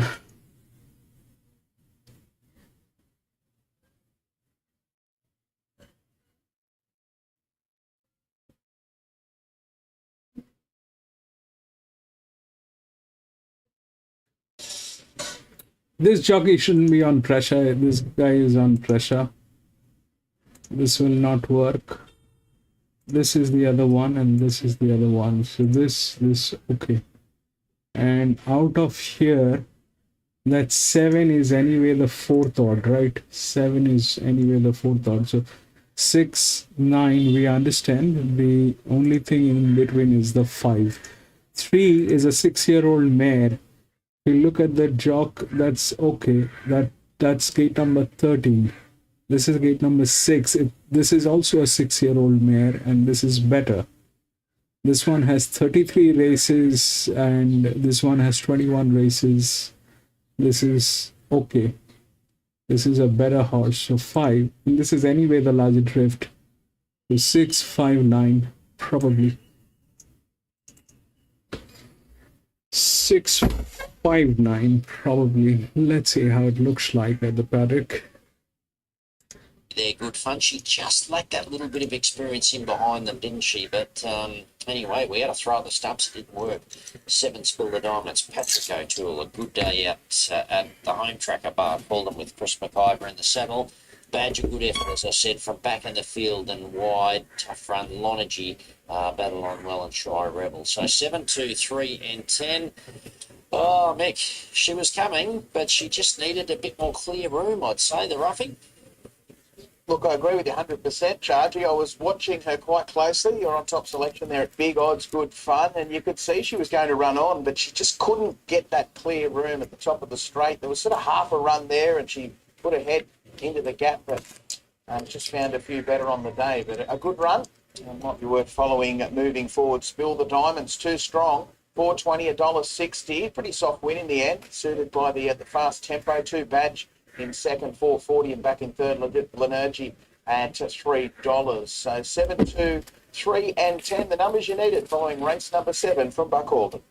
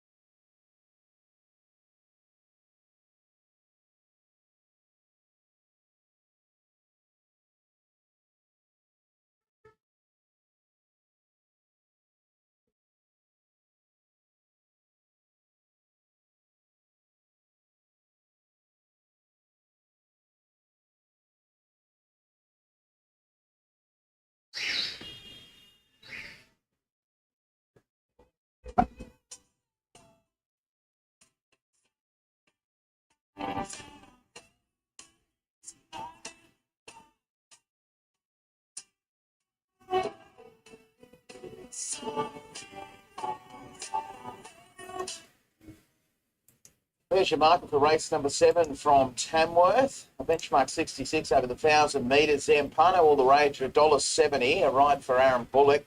9 moves she can. Sits on the second line at $5.50. In Spades, there's an each-way chance there at $8.50. One Zentai and Takanakai are both at $11, along with Octavian Treasure, who's had a little bit of a trim up. 12 Gelsies at $19, and 8 Sabuko is a $21 chance. Let's head back trackside for race number 7 and join Belinda and Ben. Thanks for that, Mick. Runners have made their way into the parade here for the final time today. Zampano, $1.70, very short. He's got ability, but $1.70, I'm not sure if that's my kind of price. I like him as a horse. I'm tipping him, but he wasn't that when I was looking earlier, so there's been a good move for him throughout the day, Bell. Let's start a look at this yard with the one, Zenti, 6-year-old by Exosphere. Lyle Chandler trains. Finished 5th at Taree back on the 24th of September, and we haven't seen him since, whether that's at the races or at the trials. He comes into this nice and fresh. Well, he certainly does. His soft track stats read quite well, with a couple of wins and a couple of placings, but he has had 4 goes on the heavy, yet to figure in the placings. He's fast. He'll put himself in the first couple. It's just how he gets through the track. 2's out. Number 3 is In Spades for Justin Bowen, mare by Dissident. Goes well on wet tracks. 15 goes on soft for 2 wins and 2 placings, but on the heavy, 4 goes for a win and a second. Good in some strong races in recent times at Taree and Muswellbrook. She's off the back of a 7-week freshen, which is fair enough because she was very deep into the preparation the last couple of starts. So she races well fresh. She's coming back from open company to a benchmark 66. I think she's clearly over the odds and does look hard to beat here. Number 4 is Standing Bear, trained by Jane Clement. 8-year-old by Smart Missile. Donovan Dillon picking up the ride for Cody Nestor. His best is good enough to be competitive in a race like this, but we just haven't seen the best of him for a little while now. Yeah, I think we've both made a case for him on a number of occasions. His runs are good without actually getting the job done, so it wouldn't surprise me a win, but I just need to see him do a little bit more. Number 5, Takanakai. It's a mare by Outreach. She's an absolute ripper. She's won 6 of her 21 starts. She's won 2 of 9 here. She's a real get-back type, but she's got a massive motor on her at the end of her races. She does. She's honest as the day is long. You'd love to have a share in her. The little niggle is she does look better suited up on top of the ground, but whether that's simply due to placement, I'm not sure. We have seen a couple of home track gallopers defy their poor previous wet track stats, so if she's one of those, I wouldn't be surprised to see her in the finish. Number 6 is Zampano, another one for Melissa Dennett. He's a 3-year-old who's only been to the races 5 times. He's won 2 of them. They were his first 2 starts as a 2-year-old. He comes into this off the back of a last start, 4th at Randwick in the highway. Yeah, ability isn't the issue. It's just whether he's right and whether he gets circumstances to permit. I can tell you he's very healthy in the coat. He holds 0 excess. It'll just be up to Aaron to find a way away from the fence. Octavian Treasure, number 7, has won 3 of her 15 starts. She's finished second on another 4 occasions, and importantly, she's 1 from 1 here, and her record at this trip is also very good. Yeah, she's a handy little mare. She's done a great job last preparation. The niggle in the back of my mind, even though she's placed on the heavy in the past, I do believe she's a much better mare on top of the ground.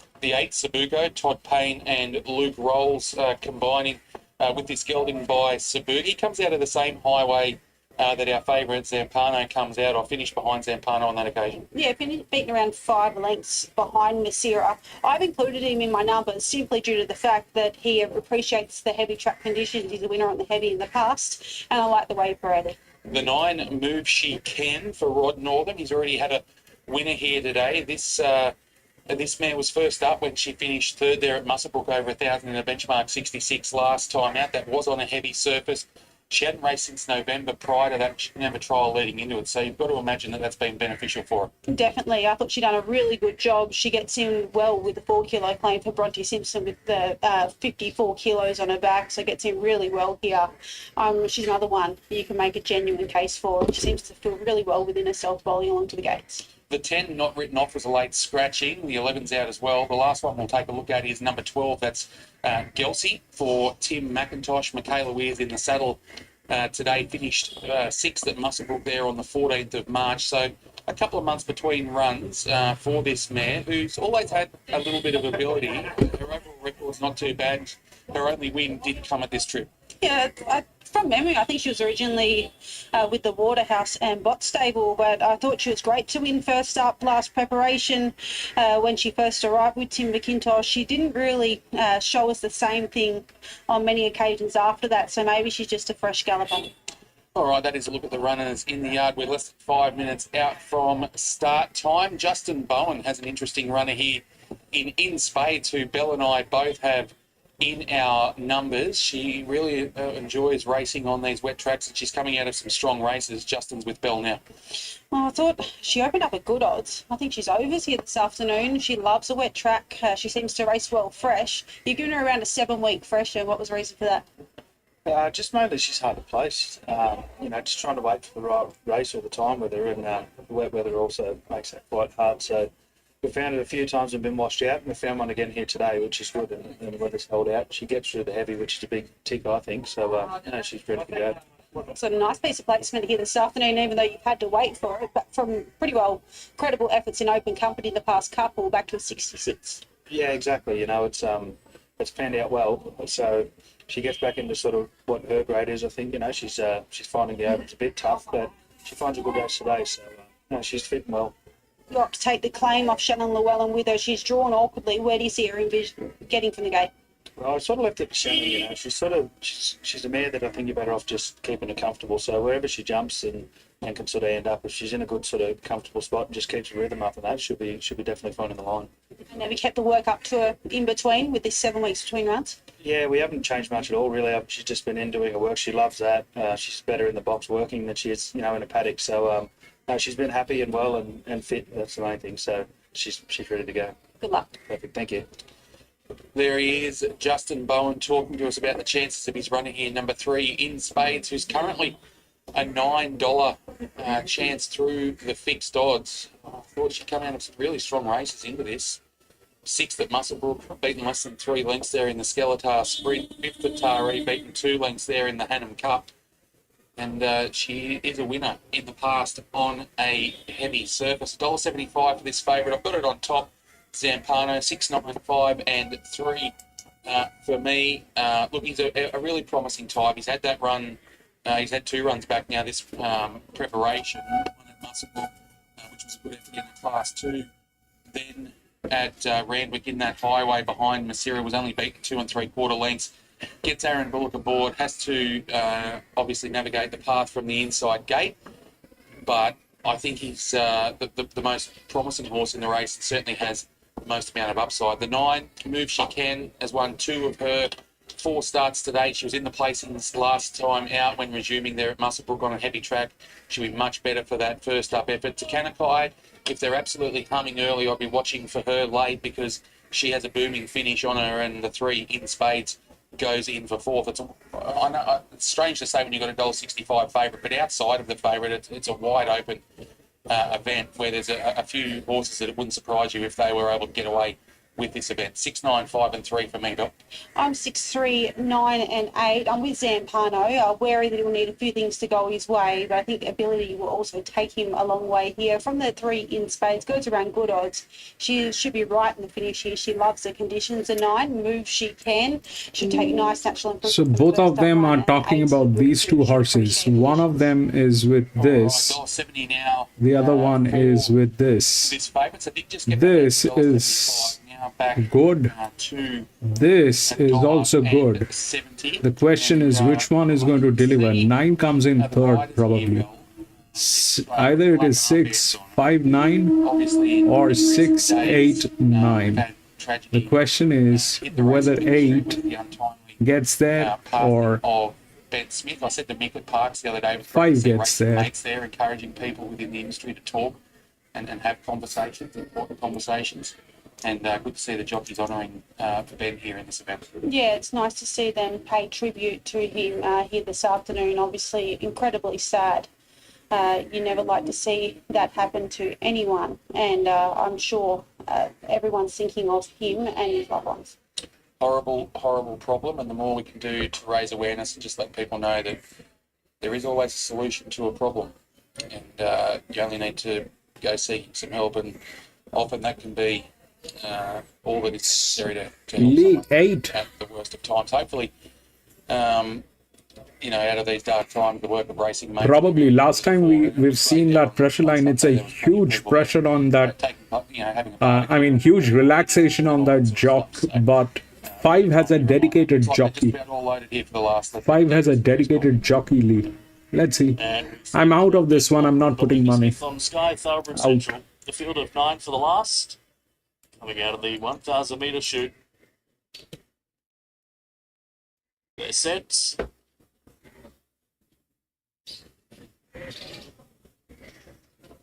A few adjustments being made to one towards the outside. Tended up in the gates. Move she can. Keen to go on with it towards the middle. Right, gets a good line now and they're off. And Zampano, the favourite, was last to go, but burning up along the inside in the early stages.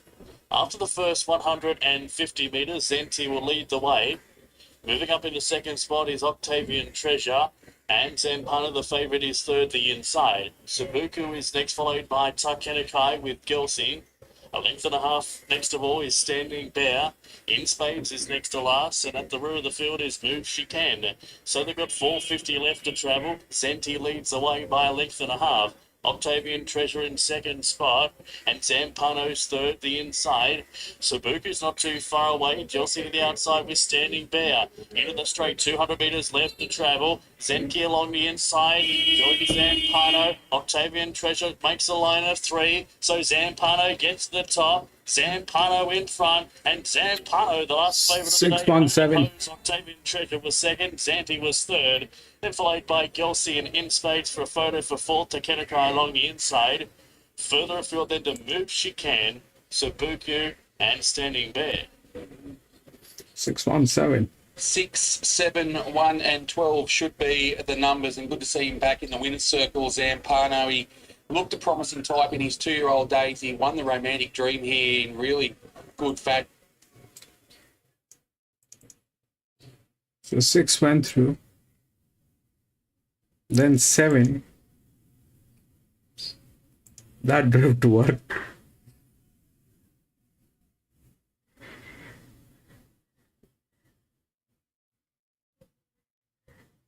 One of these guys will always get in. One of these guys will always get in. 6, 7 and 1.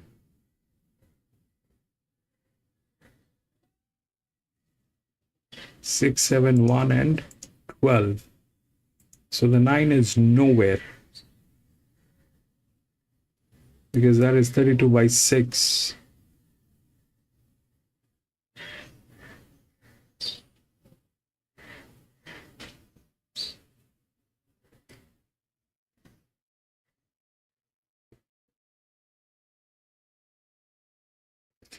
That is it, ladies and gentlemen. That is it.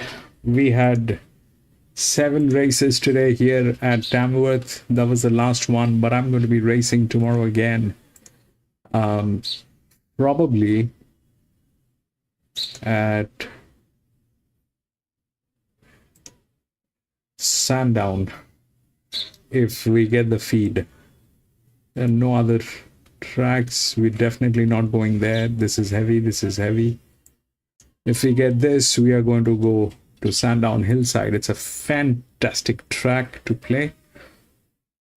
So if you have a little time, please come and join me. We will race together, do a little chit chat and try to have some fun. And thank you so much for being there. Lee, thank you so much, my friend, for being there. Jerry, thank you so much for being there and for the donations, my friend. It really means a lot. Thank you for